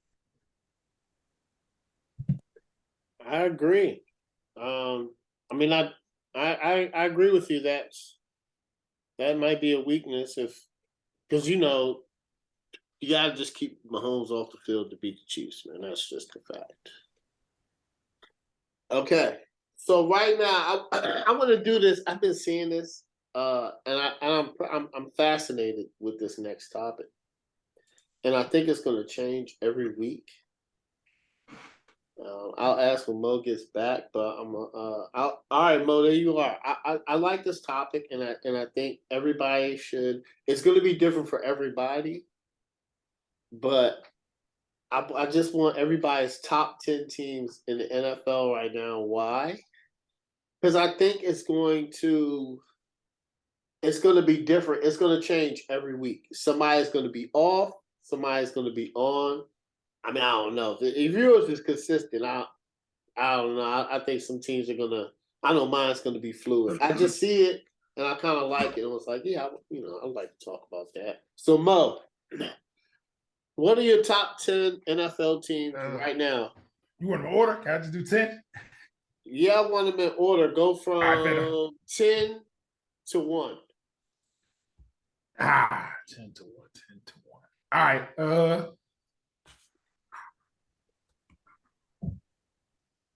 I'm gonna go San Fran right now. 10. I'm gonna go Seattle 9. Okay. I'm gonna go Jets 8. Okay. I'm gonna go Giants 7. Okay. Give them respect. I'm gonna go Giants 7. Let's see who else in there. Giants. I'm gonna go Dolphins. What, 6 or 7? Where am I at? 7. I'm gonna go Dolphins 6. Now you're at the top 5. I'm gonna go Ravens 5. Okay. I'm gonna go Kansas City 4. Okay. I know I'm missing somebody. I'm gonna go Dallas 3. Okay. I'm gonna go Philly 2. And I'm gonna go Eagles 1. I know I mixed Kansas City up in there somewhere. My bad. Nah, you said Philly twice. Yeah. Well, I'm gonna take Kansas City somewhere in there. But I'm gonna take Eagles number 1 right now though. Okay. All right. Craig, who's your top 10 NFL teams? Go from 10 to 1 and why? 10 I got the Jets. Oh. I think they're playing well, but they need their quarterback is suffering. I think 9 I got the Giants. Coming up a bye week. A lot of games have been close. 8 I got the Seahawks. I like the way they're playing. Surprising team. 7 I got the Vikings. I think that they're just playing a lot of close games. I think I don't know. I'm waiting for them to slip up a little bit, but 6 I got the Dolphins. I probably should have them ahead of the team that's above them, but I think the way that the Ravens are playing, I got them at 4. Or excuse me, I got the Ravens at 5. Okay. I think the way that the Ravens are playing, I know they lost to the Dolphins early in the season, so I could have them flip-flop, but I think that they're playing really well. Their defense looks good. 4, I got the Cowboys. Okay. Come up a bye week, but I think the Cowboys look really good so far with Dak back. Chiefs are at 3. I know they had a concerning game last week with Mahomes throwing the ball 68 times, and their running game looks terrible, man. It doesn't look like it's there. But I have faith in Patrick Mahomes, so I got them at 3. 2, I got the Bills. I mean, I was going to put them at 1, but I'm just concerned about the whole injury to Josh Allen, so they might slip from this list. But as far as being in the top 2, but I got them at 2, and then obviously Eagles number 1 since they're undefeated, only undefeated team. I know they haven't really played anybody, got some close games, but I mean they're playing who's on their schedule. So yeah, all right, Corey, your top 10 NFL teams right now, going from 10 to 1. All right, right now, I just put New York for 10 because I couldn't decide between the Jets and the Giants. Okay. And they're both better than I thought they would be. They both have like issues that will likely cause them from going anywhere come playoff time. And I have no idea if either team's legit. but they're playing really well. So got to give them their respect. 9, Seattle. 8, I went Cincinnati. Forgot about them. I like them. I like that. I like that's a good. Yeah, it looks like they might be turning the corner. Yeah. Then 7, Dallas. Mm-hmm. Then I got Miami above them. Mm-hmm. Minnesota. At 4, I got Kansas City. Okay. At 3, I have Baltimore. Okay. My top 2, I went back and forth. Okay. But I'm going to go ahead and say Buffalo at 2. Okay. Because of the Josh Allen injury. Yeah. If he was healthy, I would put them at 1. Number 1. Okay. Obviously, the Eagles, they're undefeated. Give them their respect for now. Although, you look at the quarterbacks they've beaten on their run, there's not a lot of good ones. So I still don't know if they're legit either. But I do think their defense is legit enough for them to make some noise. Yeah. So my top 10 are 10. I got the 49ers. I know they're 4-4, but I think that they are in a position to get healthy and really make a disruption. Number 9, I have the Jets. I was just like Corey, where I like both New York teams. I just think the Jets are the better team and made more quality wins. 8, I got the Seahawks. Guys, a Seahawks fan does follow us, and he did tell me the Seahawks are going to be good. So, shout out, hey, Seahawks are number 8. They surprised the league. They surprised everybody. Number 7, I do have the Dallas Cowboys. It concerns just a little bit about their defense is good. Just to continue to run the game, continue to run the ball. I think they'll be okay. Number 6, I got the Miami Dolphins. 2-6-0. Craig said it earlier. You got 2 great receivers. Now it's just if they can pressure the quarterback. That's going to be their main thing going forward. 5, I got the Vikings. I know they played in a lot of close games, but they're winning. And they got a decent defense. They got explosive offense. So we'll see how that carries into the postseason. Number 4, I got the Baltimore Ravens.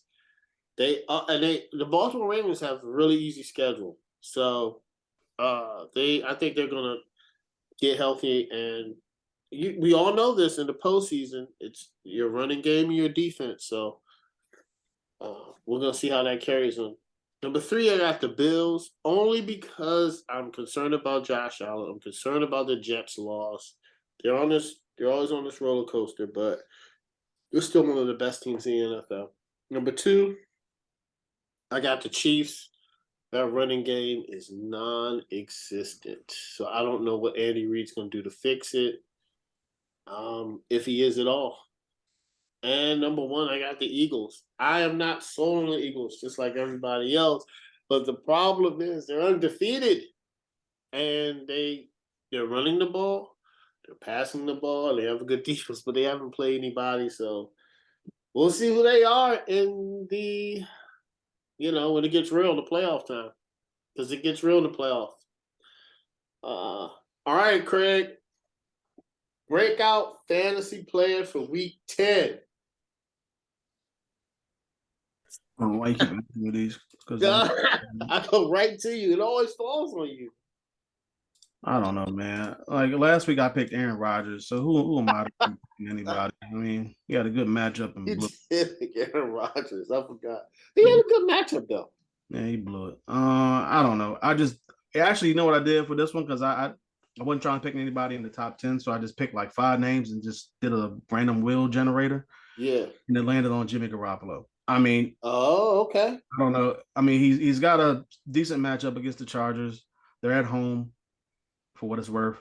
And I mean, he has obviously Christian McCaffrey there and Kittle, Ayuk. But I don't know about Debo. I'm not sure if he's going to play or not. But if he does, then that's an extra weapon that he has. So it landed on Jimmy Garoppolo. So there you go. I'm not a fan, but it is what it is. Running back, I got Cordero Patterson. He's back. He's healthy. They're playing the Panthers. Panthers gave up 3 touchdowns to Mixon last week. Crazy. So I can only imagine what Cordell Patterson can do, and he can catch the ball out of the backfield.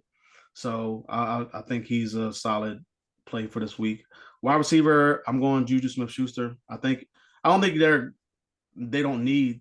I would assume to pass the ball 68 times this week against the Jaguars, but I mean he is emerging as a top target or one of the top targets for Patrick Mahomes. I know that they have Harmon and they have Kelsey, but I like what Smith-Schuster has done the last couple of weeks.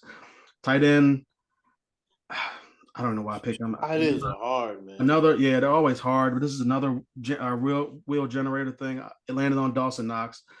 I don't know if I would assume that if Case Keenum is playing, he could easily just go to a reliable check down guy or a security blanket in Dawson Knox.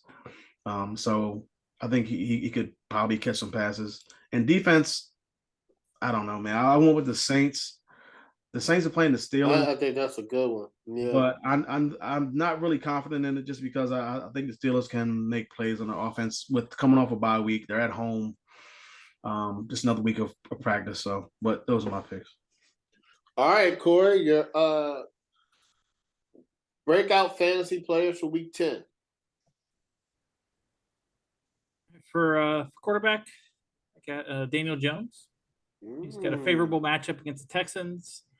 The Texans did look surprisingly good against Philadelphia, but who knows if they'll be able to keep something like that up. I don't think they can.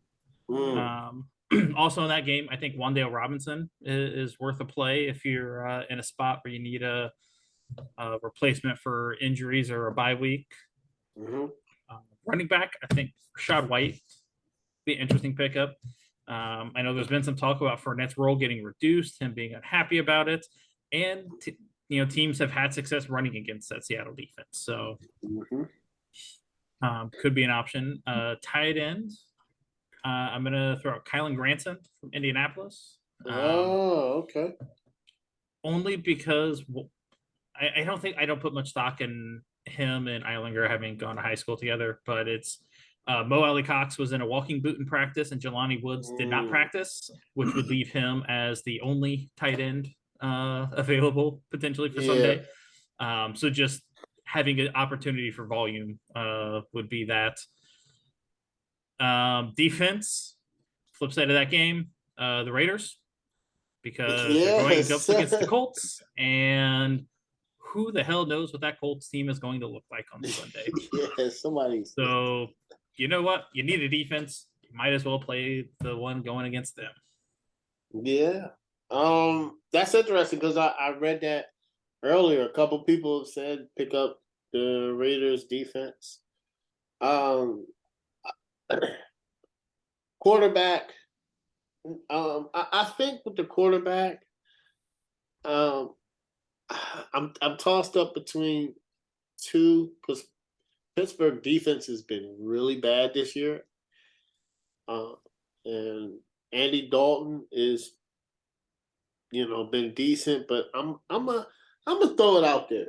I'm gonna go Trevor Lawrence versus Kansas City. Kansas City is 24th in pass defense, and I think he's in a good spot. I think so. I don't think. I think this is gonna be. I wouldn't start Kansas City defense. Let me say that. The running backs, even though I don't have them and I wish I did, I'm gonna go with Jeff Wilson Jr. He got a lot of work last week, and it makes me nervous. I'm still gonna keep Raheem Morris, but I think he fits the system. He knows the system. I think he's a quality sleeper play. And wide receivers, give me the double. Give me Zay Jones. Zay Jones in Jacksonville. He's established himself as the second tier receiver. And, I could have had an easy pick. I could have said Jalen Waddle, or Tyler, no. This are breakout players. I think Zay Jones is going to have a good quality game. If you have him, start him. If you're like me, T. Higgins is on a bye week, start him. I think he'll give you a good role.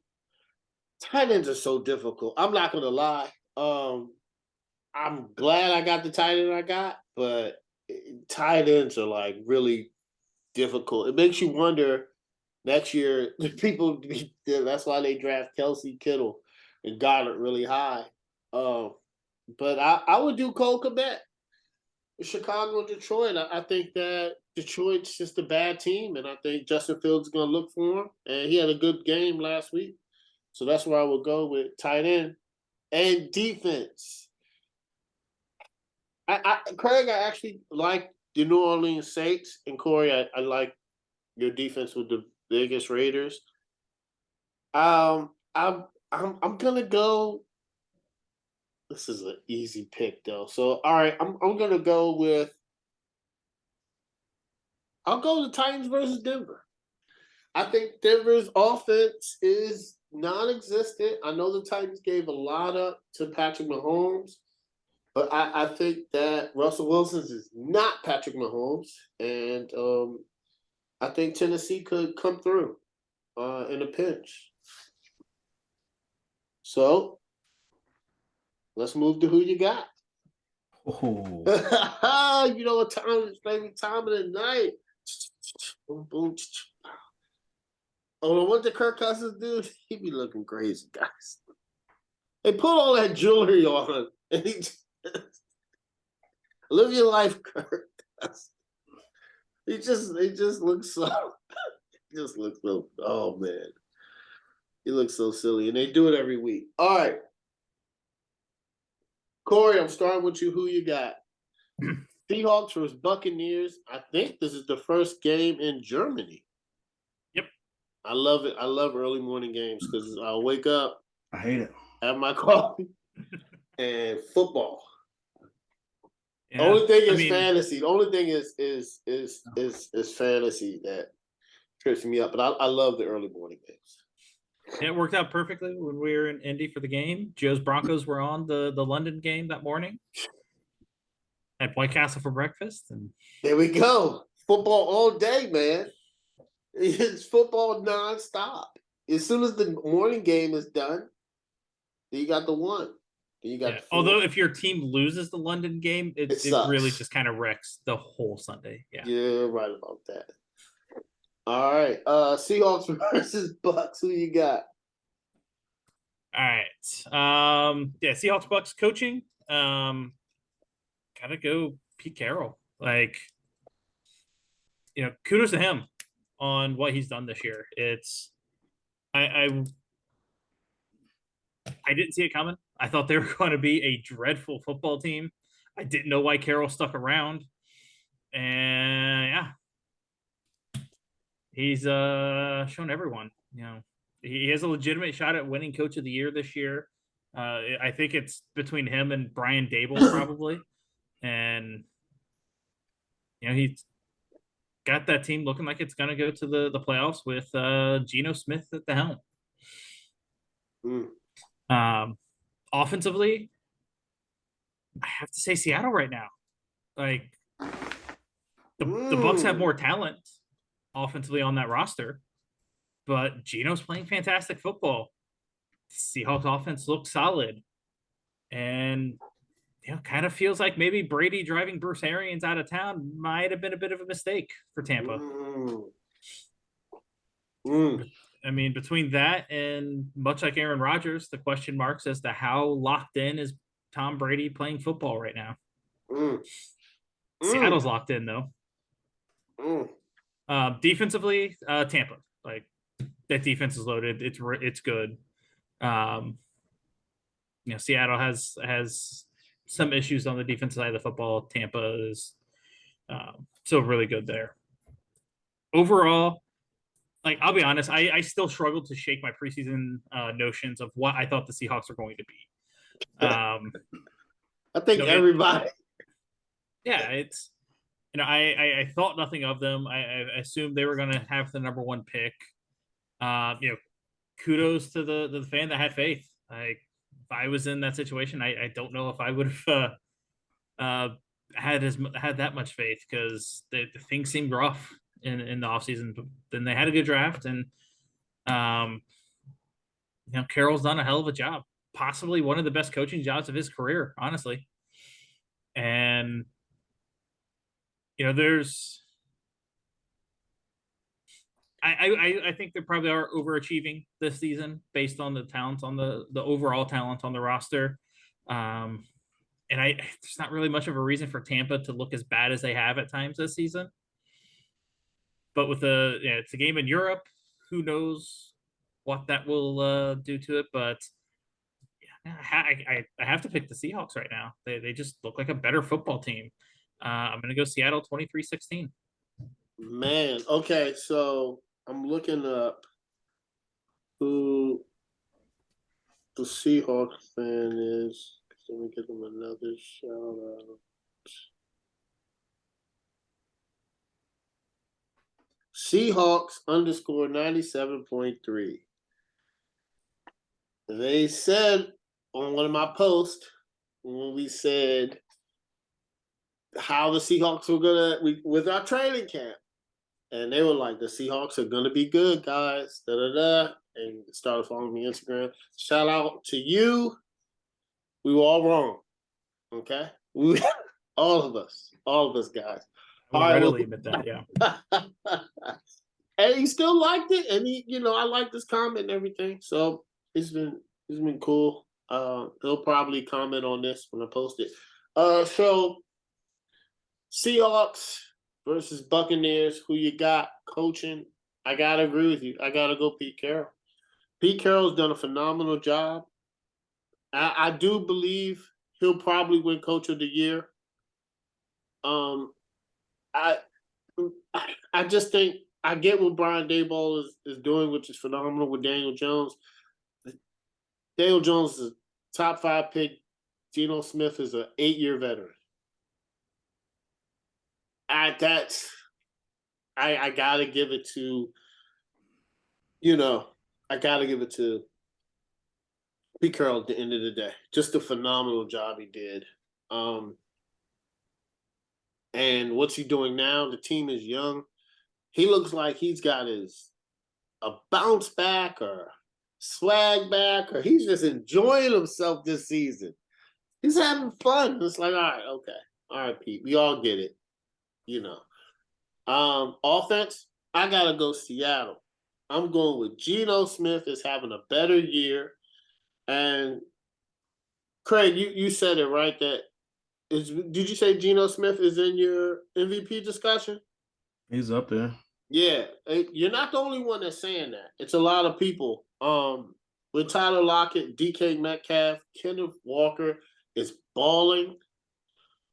I got to give it to them. I don't know what's going on the Tampa Bay side. The Tampa Bay offense should be a lot better. Tom Brady, it doesn't look like Tom Brady. I don't know if it's age. I don't know if it's off the field. I don't know. It's just not.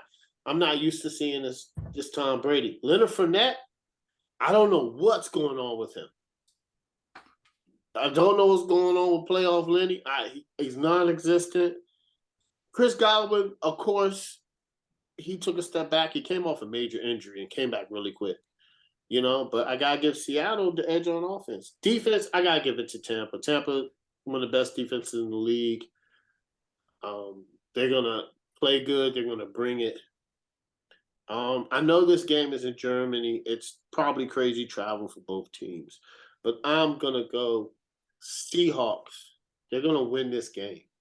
And this is going to, after they win this game, they're going to let people know who they are. And they're not playing any games. And I think the league will finally recognize them. People are giving them their flowers, but they're like, who they beat?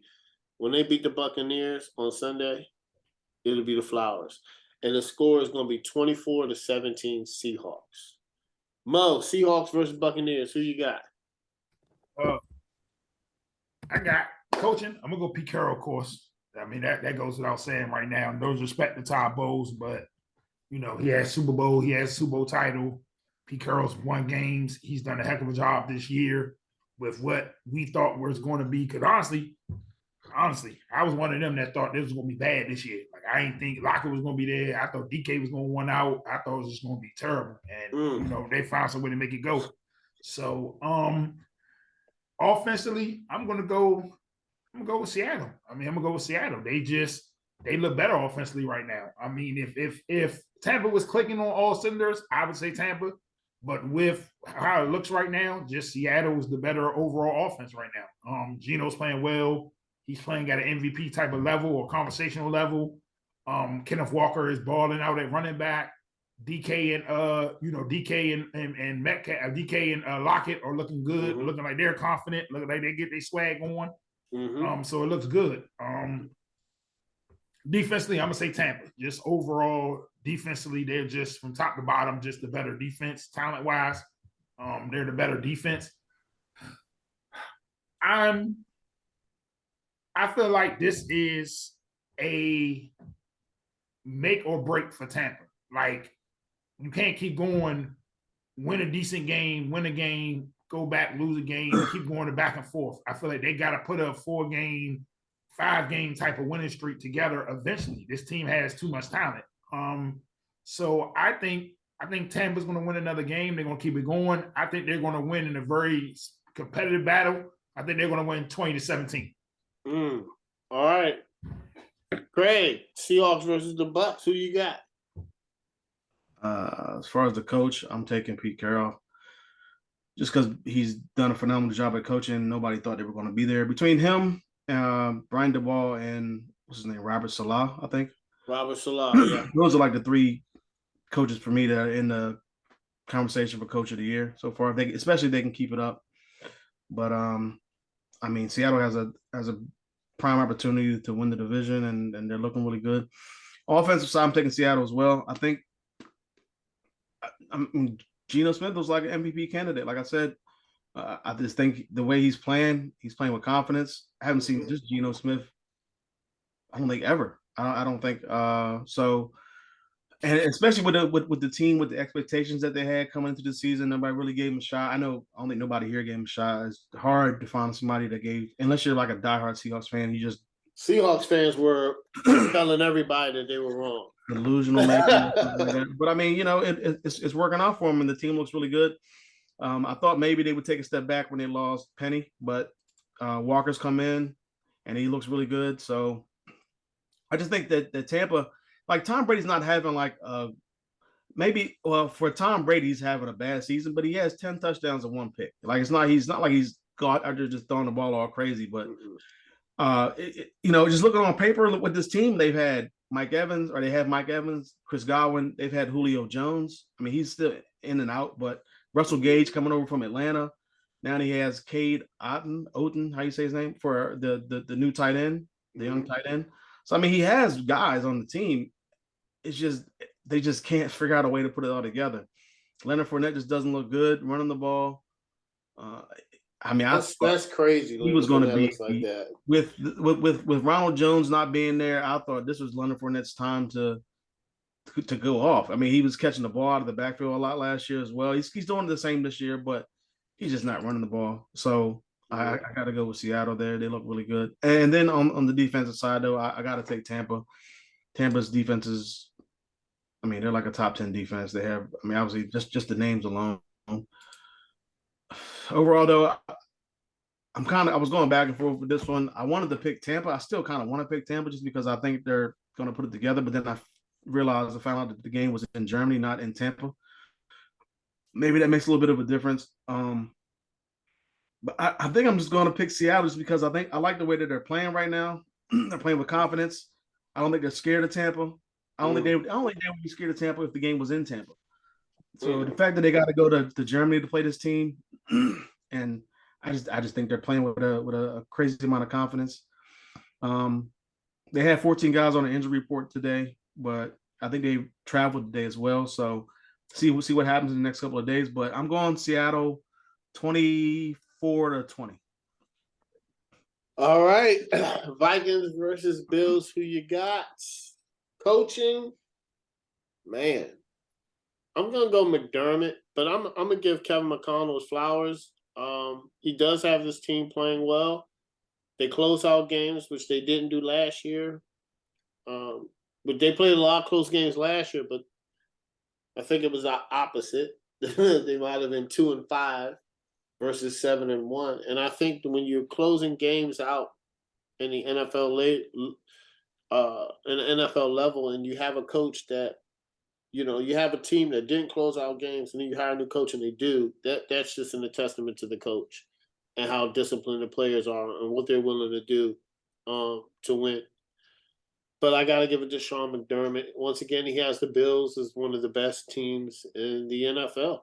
And he has them clicking, and their defense is phenomenal. And he's just a good coach. Offense, it depends. I'm going to go Vikings only because I don't think Josh Allen is going to play. He's day-to-day. And I think I got to go with the Vikings because of Kirk Cousins, because of Justin Jefferson, because of Dalvin Cook, Adam Thielen, and now TJ Hawkinson.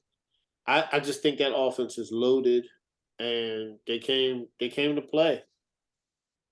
And the game is in Buffalo, so we'll see if weather's a factor. I don't think so.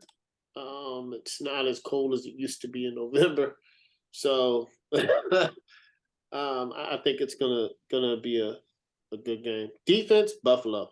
Vikings defense is okay, but I mean, you talk about defense. Buffalo's top 4 defense in the NFL total, and Minnesota not so. They're on the bottom half. I think their rushing defense is better, but their passing defense isn't. So I just think Buffalo's going to get to Kirk Cousins. So it's going to be a very interesting chess match to see the game plan that Minnesota runs out. But overall, I think this all depends if Josh Allen plays. If Josh Allen plays, I think this will be a phenomenal game. If Josh Allen plays, I think it'll go down to a field goal. 27-24. If Josh Allen does not play, the Vikings will win this game 27-17. All right, Mo, Vikings versus Bills. Who you got? Vikings versus Bills. Coaching. I'm gonna take McDermott. I like the job. I like the job that Kevin O'Connell has done. Especially given the situation. Especially given the fact that he was given a team that was right there to win, but I just felt like they couldn't get over the hump. And he's brought new energy there. He's brought new insight there. They've been able to finish games. Because if you look at it, this offseason, who did they really add that was a game changer? That pretty much almost is the same squad from last year. I don't really see nobody on there that we could say that in the offseason who's made that much of a difference in their record. You know what I'm saying? So I feel like what they have there is what they had last year, pretty much for the most part. So I like them. Offensively, I'm going to pretend right now Josh Allen is playing until they say he's out. So I'm going to say Buffalo on that fact when you take Josh Allen into effect. Even though Dalvin Cook has been playing well, Dalvin Cook has been just balling. Jefferson, we need to see Philin do more. They was getting the ball to Hawkinson when they faced us last week. They were getting the ball to Hawkinson, so he was looking good. So I'm still gonna go Buffalo. Defensively, I'm gonna go Buffalo. I love Buffalo's defense. When White gets back, if he's not back yet, when White gets back, I think that's going to be just an added piece. He's not going to do overkill, but I think he's going to be another added piece to them.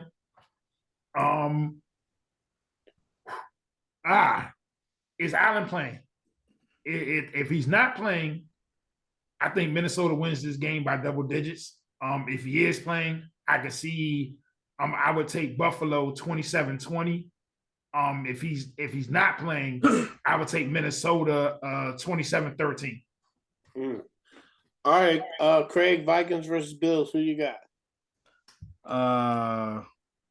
Okay, coaching. I'm going with I'm going with McDermott. I think O'Connell he's done a really good job. It's just like his team hasn't really played anybody, and they've been in close games. I think the only team he's played that the Vikings have beat with a winning record is the Dolphins, and the Dolphins didn't have They two. didn't have two. Yeah. So I can't really. I mean, They might luck up again. they've all been they've all been close games. They've all been nail biters, one score games. So other than that Eagles game, which they obviously they lost. He just hasn't really been able to put it together. I want to see a blowout, convincing win. Now, if they can go into Buffalo and win convincingly, now obviously the key is Josh Allen. So we'll see what happens there. But offensive side, I'm going with. I got to go with the Bills. I can't pick the Vikings. I just don't think that. I do like the Vikings. I like what they've been able to do, but I can't pick against Josh Allen. I know he's iffy for this game, but I just think that when if he's able to go out there and throw the ball to Diggs and to Gabe, I think that they're better than the Vikings. On the defensive side, I'm going with the Bills again. I think the Bills defense is legit still, even with some injuries on that side of the ball. But I am picking the Bills. I think the Vikings have a solid defense. They added some really good pieces, and they get stops when they need to, and they make plays when they need to. But the Bills defense is better. I'm kind of in agreement with everybody, with you two, about if Josh Allen plays, I think they win. If he doesn't, I don't have any faith in Case Keenum as the backup coming in. So I think if Josh Allen plays, I think it's going to be another close game because that's what the Vikings do. They keep it close. So I like to score Motho out there, 27-20 Bills. If he doesn't play, I think it's going to be another close game, but I think they pull it out. I'm going 26-23. Vikings. All right, Corey, Vikings versus Bills. Who you got? Yeah, for this one, coaching, McDermott. Like you guys covered it all. Offensively, right now, Minnesota. Look, a healthy Josh Allen gives him the advantage because I think he is that much better a quarterback than Kirk Cousins. But skill position talent, I think Minnesota between Diggs, Thielen, Hawkinson, Cook has a better all-around supporting cast than what Allen has in Buffalo right now. Not to say that Buffalo's isn't good, but Jefferson is possibly the best receiver in the game right now. Thielen's still solid. Hawkinson was crazy impressive in 1 week in Minnesota. So I think the all-around cast there, and having Dalvin Cook a legit running back, it's something that Buffalo doesn't really have at the moment. Defensively, right there with you guys, Buffalo. Von Miller has been a crazy good addition. I didn't think he had this much left in the tank myself. And you look at their 2 losses, the defense gave up 21 and 20 points. That's not even a lot. Yeah, that's if a team goes into a game says your defense is only giving up 20 points, you're going to sign up for that every time. Overall, I agree. The game comes down to Josh Allen, but even if he does play, what's he going to look like? If the elbow's giving him issues and he's struggling through the game for a team that heavily relies on the quarterback to throw the football because they can't run with any consistency. I don't know what happens. I will say Case Keenum is a really good backup quarterback. He's a guy you can throw out there for a week or two and get some quality football out of. But I will say I'm really excited to watch this Minnesota offense against this Buffalo defense. I think it'll be a great matchup. But with the injury to Josh Allen, I got to lean Minnesota. They keep finding ways to win football games. I think they can get by a Case Keenum-led Buffalo team. We'll see. But I'm going to take Minnesota 27-21. They can, and they've been doing it. And that's going to be – it's going to be like – this game's at 1 o'clock. Kirk Cousins isn't in prime time. So – yep. They beat Tua without – Miami without Tua.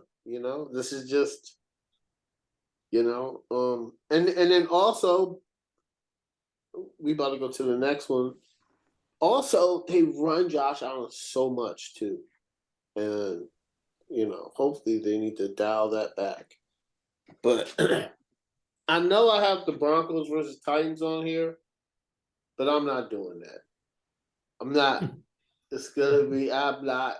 Craig's going to finish up with the Chargers versus 49ers. Who you got, Craig? I'm not doing it, man. I'm not. Next week, it's only 3 games next week. I already looked at the schedule. It's like, it's only 3 games worth talking about. I'm not going to lie. Look at the schedule. I'm like, nope. Okay, this is difficult. I think coaching wise, man, this is tough. I'm gonna lean towards Shanahan, just because I think he's done an okay job, but I think the team has underachieved to me. I know they're 5-3 versus the 49ers who are 4-4, but I thought they would be playing. It's not the record, it's the way they've been playing. They're not taking care of some of these teams like the Falcons or the Texans or the Browns. Like they've beaten them, but they haven't really destroyed them. So put their foot on their neck. Right. So, and I think the 49ers are getting better at the right time. They're getting healthy at the right time. And I think Shanahan has kind of kept this team afloat, dealing with the loss of Trey Lance and then going to Jimmy Garoppolo and dealing with that whole thing that was going on. So I'm going with the coaching of Kyle Shanahan. Offensive side of the ball, just because I'm not sure, like the Chargers don't have, I don't know if they're going to have Keenan Allen this week again. They don't have Mike Williams, look like he's going to be out again. I like Austin Eckler. He's a really good pass catching running back, and he can run the ball every now and then. And obviously they have Justin Herbert, who I would take Justin Herbert over Jimmy Garoppolo any day. But I just see that Christian McCaffrey, obviously he looks really good. He looks, for the first time in years, he looks healthy. Looks really good. He had 3 touchdowns the last game that they played, 1 rushing, 1 receiving, 1 passing. So Brandon Ayuk and George Kittle, he looks really good as well coming back. He started out the season unhealthy, but now he's healthy. Deebo Samuel, I'm not sure if he's going to play this week, but him and Keenan Allen, you could just say they cancel each other out. So now the Chargers are on their 3rd and 4th wide receiver at this point. So I got to take the 49ers offense, mainly just because of Christian McCaffrey and how they've looked over the last couple of weeks. Defensive side, I'm taking the 49ers. I don't know what's up with the Chargers. I thought the defense would be better. I know they had a lot of injuries. That's definitely part of it. I just thought, even still, I thought their defense would be a lot better. But I like the 49ers defense here. For this game, I got to go with the 49ers. I just think that this is the time for them to start peaking at the right time. I think the Chargers can afford another loss. It's kind of difficult to say that because they're in the AFC, but I think going to 5-4 versus the 49ers going to 4-5, and you're in that division with the Seahawks, who I predicted them to win. So right now they will be a 7, or at the end of this game they'll be a 7-3 next week. So you don't want to fall too far behind them. So I got to go with the 49ers. They're at home. They got this come off a bye week. So I think it's going to be a high-scoring game, though. I'm going 31-27. Oh, wow. All right. Corey, Chargers 49ers. Who you got? This one, I went through, did my individual, then looked at did the first 3, then looked at it for the overall, and I took the 49ers across the board. I question Staley a bit as a head coach. I said if the Chargers continue to stumble, I don't think he survives this season. I think the addition of McCaffrey, adds an element to that 49er offense that is really intriguing. Defensively, I think that the Niners are starting to get a little bit of health back. I saw, Khalil Mack didn't practice today. They said it was rest, but the Chargers are still dealing with injuries on the defense side of the football. And right now, if I had to pick somebody that I would have more faith in, it's the 49ers. I know Garoppolo's been a little uneven, but I trust Shanahan a heck of a lot more than I do Brandon Staley to win that football game. So I'm going to take San Francisco 27-20. Yeah, I agree with you, Corey. Coaching, I wasn't a fan of Brandon Staley when they hired him, and I was right. I don't think he's a good NFL coach. I think he's in over his head, and he got Justin Herbert, man, and they're trying to build around him. I know you're 5-3, but you don't seem like a 5-3 team. So I got to go with Shanahan. Shanahan, he's a good coach. You know, you got Christian McCaffrey. He's going to use Christian McCaffrey in so many different ways. He has Garoppolo, which a lot of teams had Garoppolo. I just think Shanahan's a better coach. Offense, got to go 49ers. And to your point, Craig, I don't think they're going to use him as much. I don't think he gets. I don't think they're going to put. I don't think he's going to have 50 touches a game. You know, I think they're going to keep him fresh. Shanahan offense doesn't run like that. You know, everybody touches the ball in his offense. It's spread around, and they got Elijah Mitchell coming back. So it's. I don't think the burden is going to be on McCaffrey to do so much. I think it's going to be like, we just need you to have 20, 25 touches a game, and that's going to keep McCaffrey fresh, which is very dangerous. Then you got Brandon Ayuk. Deebo Samuel's coming back. He's gonna punish that Chargers defense. He runs angry, man, and I love it. Defense, 49ers are the best defense in the league. Chargers have O-line problems. Chargers aren't healthy. I think this is going to be a blowout. I think it's going to be 27-10. I don't think it's going to be close, and it might be a game where they sit Justin Herbert just for health reasons because he's going to get hit. So, yeah, they're going to get punished. All right, Mo, Chargers 49ers, who you got? Coach, I'm going to go Shanahan. I think, like I said before, I think they're about to go on a run. I think they're getting healthy at the right time. I think some pieces are falling in place. You know, Garoppolo's gotten a chance to get his feet up under him and get going. I can see them now coming off this bye week. I think the energy is going to be renewed. Offensively, if Keenan Allen was fully healthy, this might be a harder of a choice, maybe. But I'm gonna go San Fran just overall, especially the addition of McCaffrey. It just adds a whole nother dynamic. I think it kind of, if this makes sense, I think McCaffrey coming kind of reinvigorated Kyle Shanahan, because Kyle Shanahan was starting to look like, I was like, what's going on with him? But I think when you get another chess piece like this, it allows him to open up the offense a little bit more again. Defensively, I'm gonna take San Fran, but I'm like totally disappointed in the Chargers. Like when I seen them brought when it was J.C. Jackson in from the Patriots and Khalil Mack, I was like, oh man, look out. But they've benched J.C. Jackson, I think, twice already this season. Like, they've benched him for a rookie. And they've kind of let the rookie play through his mistakes. That's how bad in doghouse he's been. Where they put a rookie in there and put him on the outside corner, and that rookie has struggled, and they still kept that rookie out there. Well, isn't Jackson hurt now? Yeah, he might be hurt now, but he was benched. I thought he like tore something in his knee. Yeah, he might have. Yeah. So it's just been bad. That defense I thought would be much better. So hopefully they'll do something. But with that AFC loaded like that, I think Chargers can't afford to keep losing. They got to go on the run eventually, because I think Bengals are going to go on a run eventually. It's some teams that are struggling right now is going to eventually go on a run. It's like you're going to fall by the wayside. So I'm gonna go San Fran in this one. Like I said, I think they're gonna get after Herbert. I think if they can't run the ball, if this gets into a shootout or trap meet, Herbert might get hurt. So I can see this going.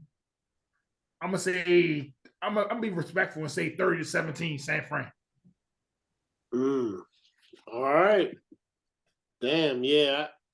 I don't think it's gonna be close, yo.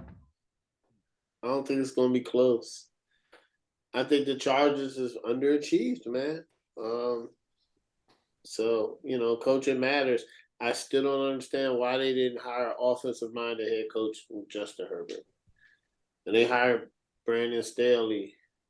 And I don't, I mean, I know they're in a playoff hunt right now, but I don't know how long. I don't know how long that holds up. Because right now, where are they at? They're in the 7th seed. I think they're in the 7th seed.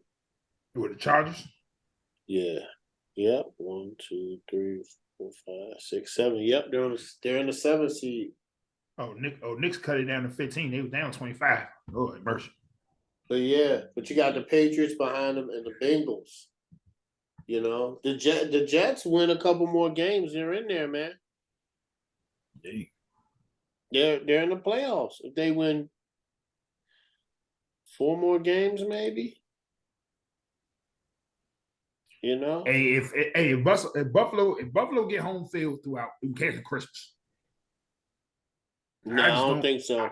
I don't know. I'm not gonna say it's impossible, but I would be shocked if Buffalo doesn't make the Super Bowl if they get home field throughout. It's just hard pressed for me to see somebody go up there if they fully healthy and beat them in Buffalo. It's just gonna be hard. It's gonna be hard for me to see. I'm not saying it's out of the realm. It's impossible, but it's gonna be hard for me to see a team go there, Ravens. go there in Buffalo. They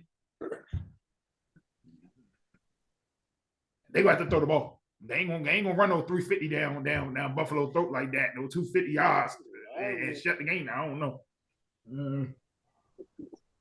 They had them on the ropes. We'll see though. Yeah. We'll see. I'm just not sold on Buffalo going to the Super Bowl because they have home field advantage. I think a team like Kansas City or the Ravens or Cincinnati might come in there. The NFC will be it's gonna be interesting. Nick Wright said this. He said he's gonna go crazy. Can you imagine Tom Brady winning the 4th seed at 8 and 9, and he has Geno Smith, Daniel Jones, and Justin. He has Geno Smith, Daniel Jones, and Jalen Hurts. He was like, if Tom Brady goes to the Super Bowl because of who he plays, he said he's gonna go crazy. But to be honest with you, if the playoffs started right now, they wouldn't get out of the first round. Who would they play? They play Dallas. They wouldn't even get out of the first round right now. No, they wouldn't beat Dallas right now. Nah, how they playing right now, they wouldn't beat Dallas. Dallas playing right now. Nobody. They'd be out first round. No, they would. The most intriguing matchup right now would be Minnesota versus San Fran. That'd be a very intriguing matchup right now.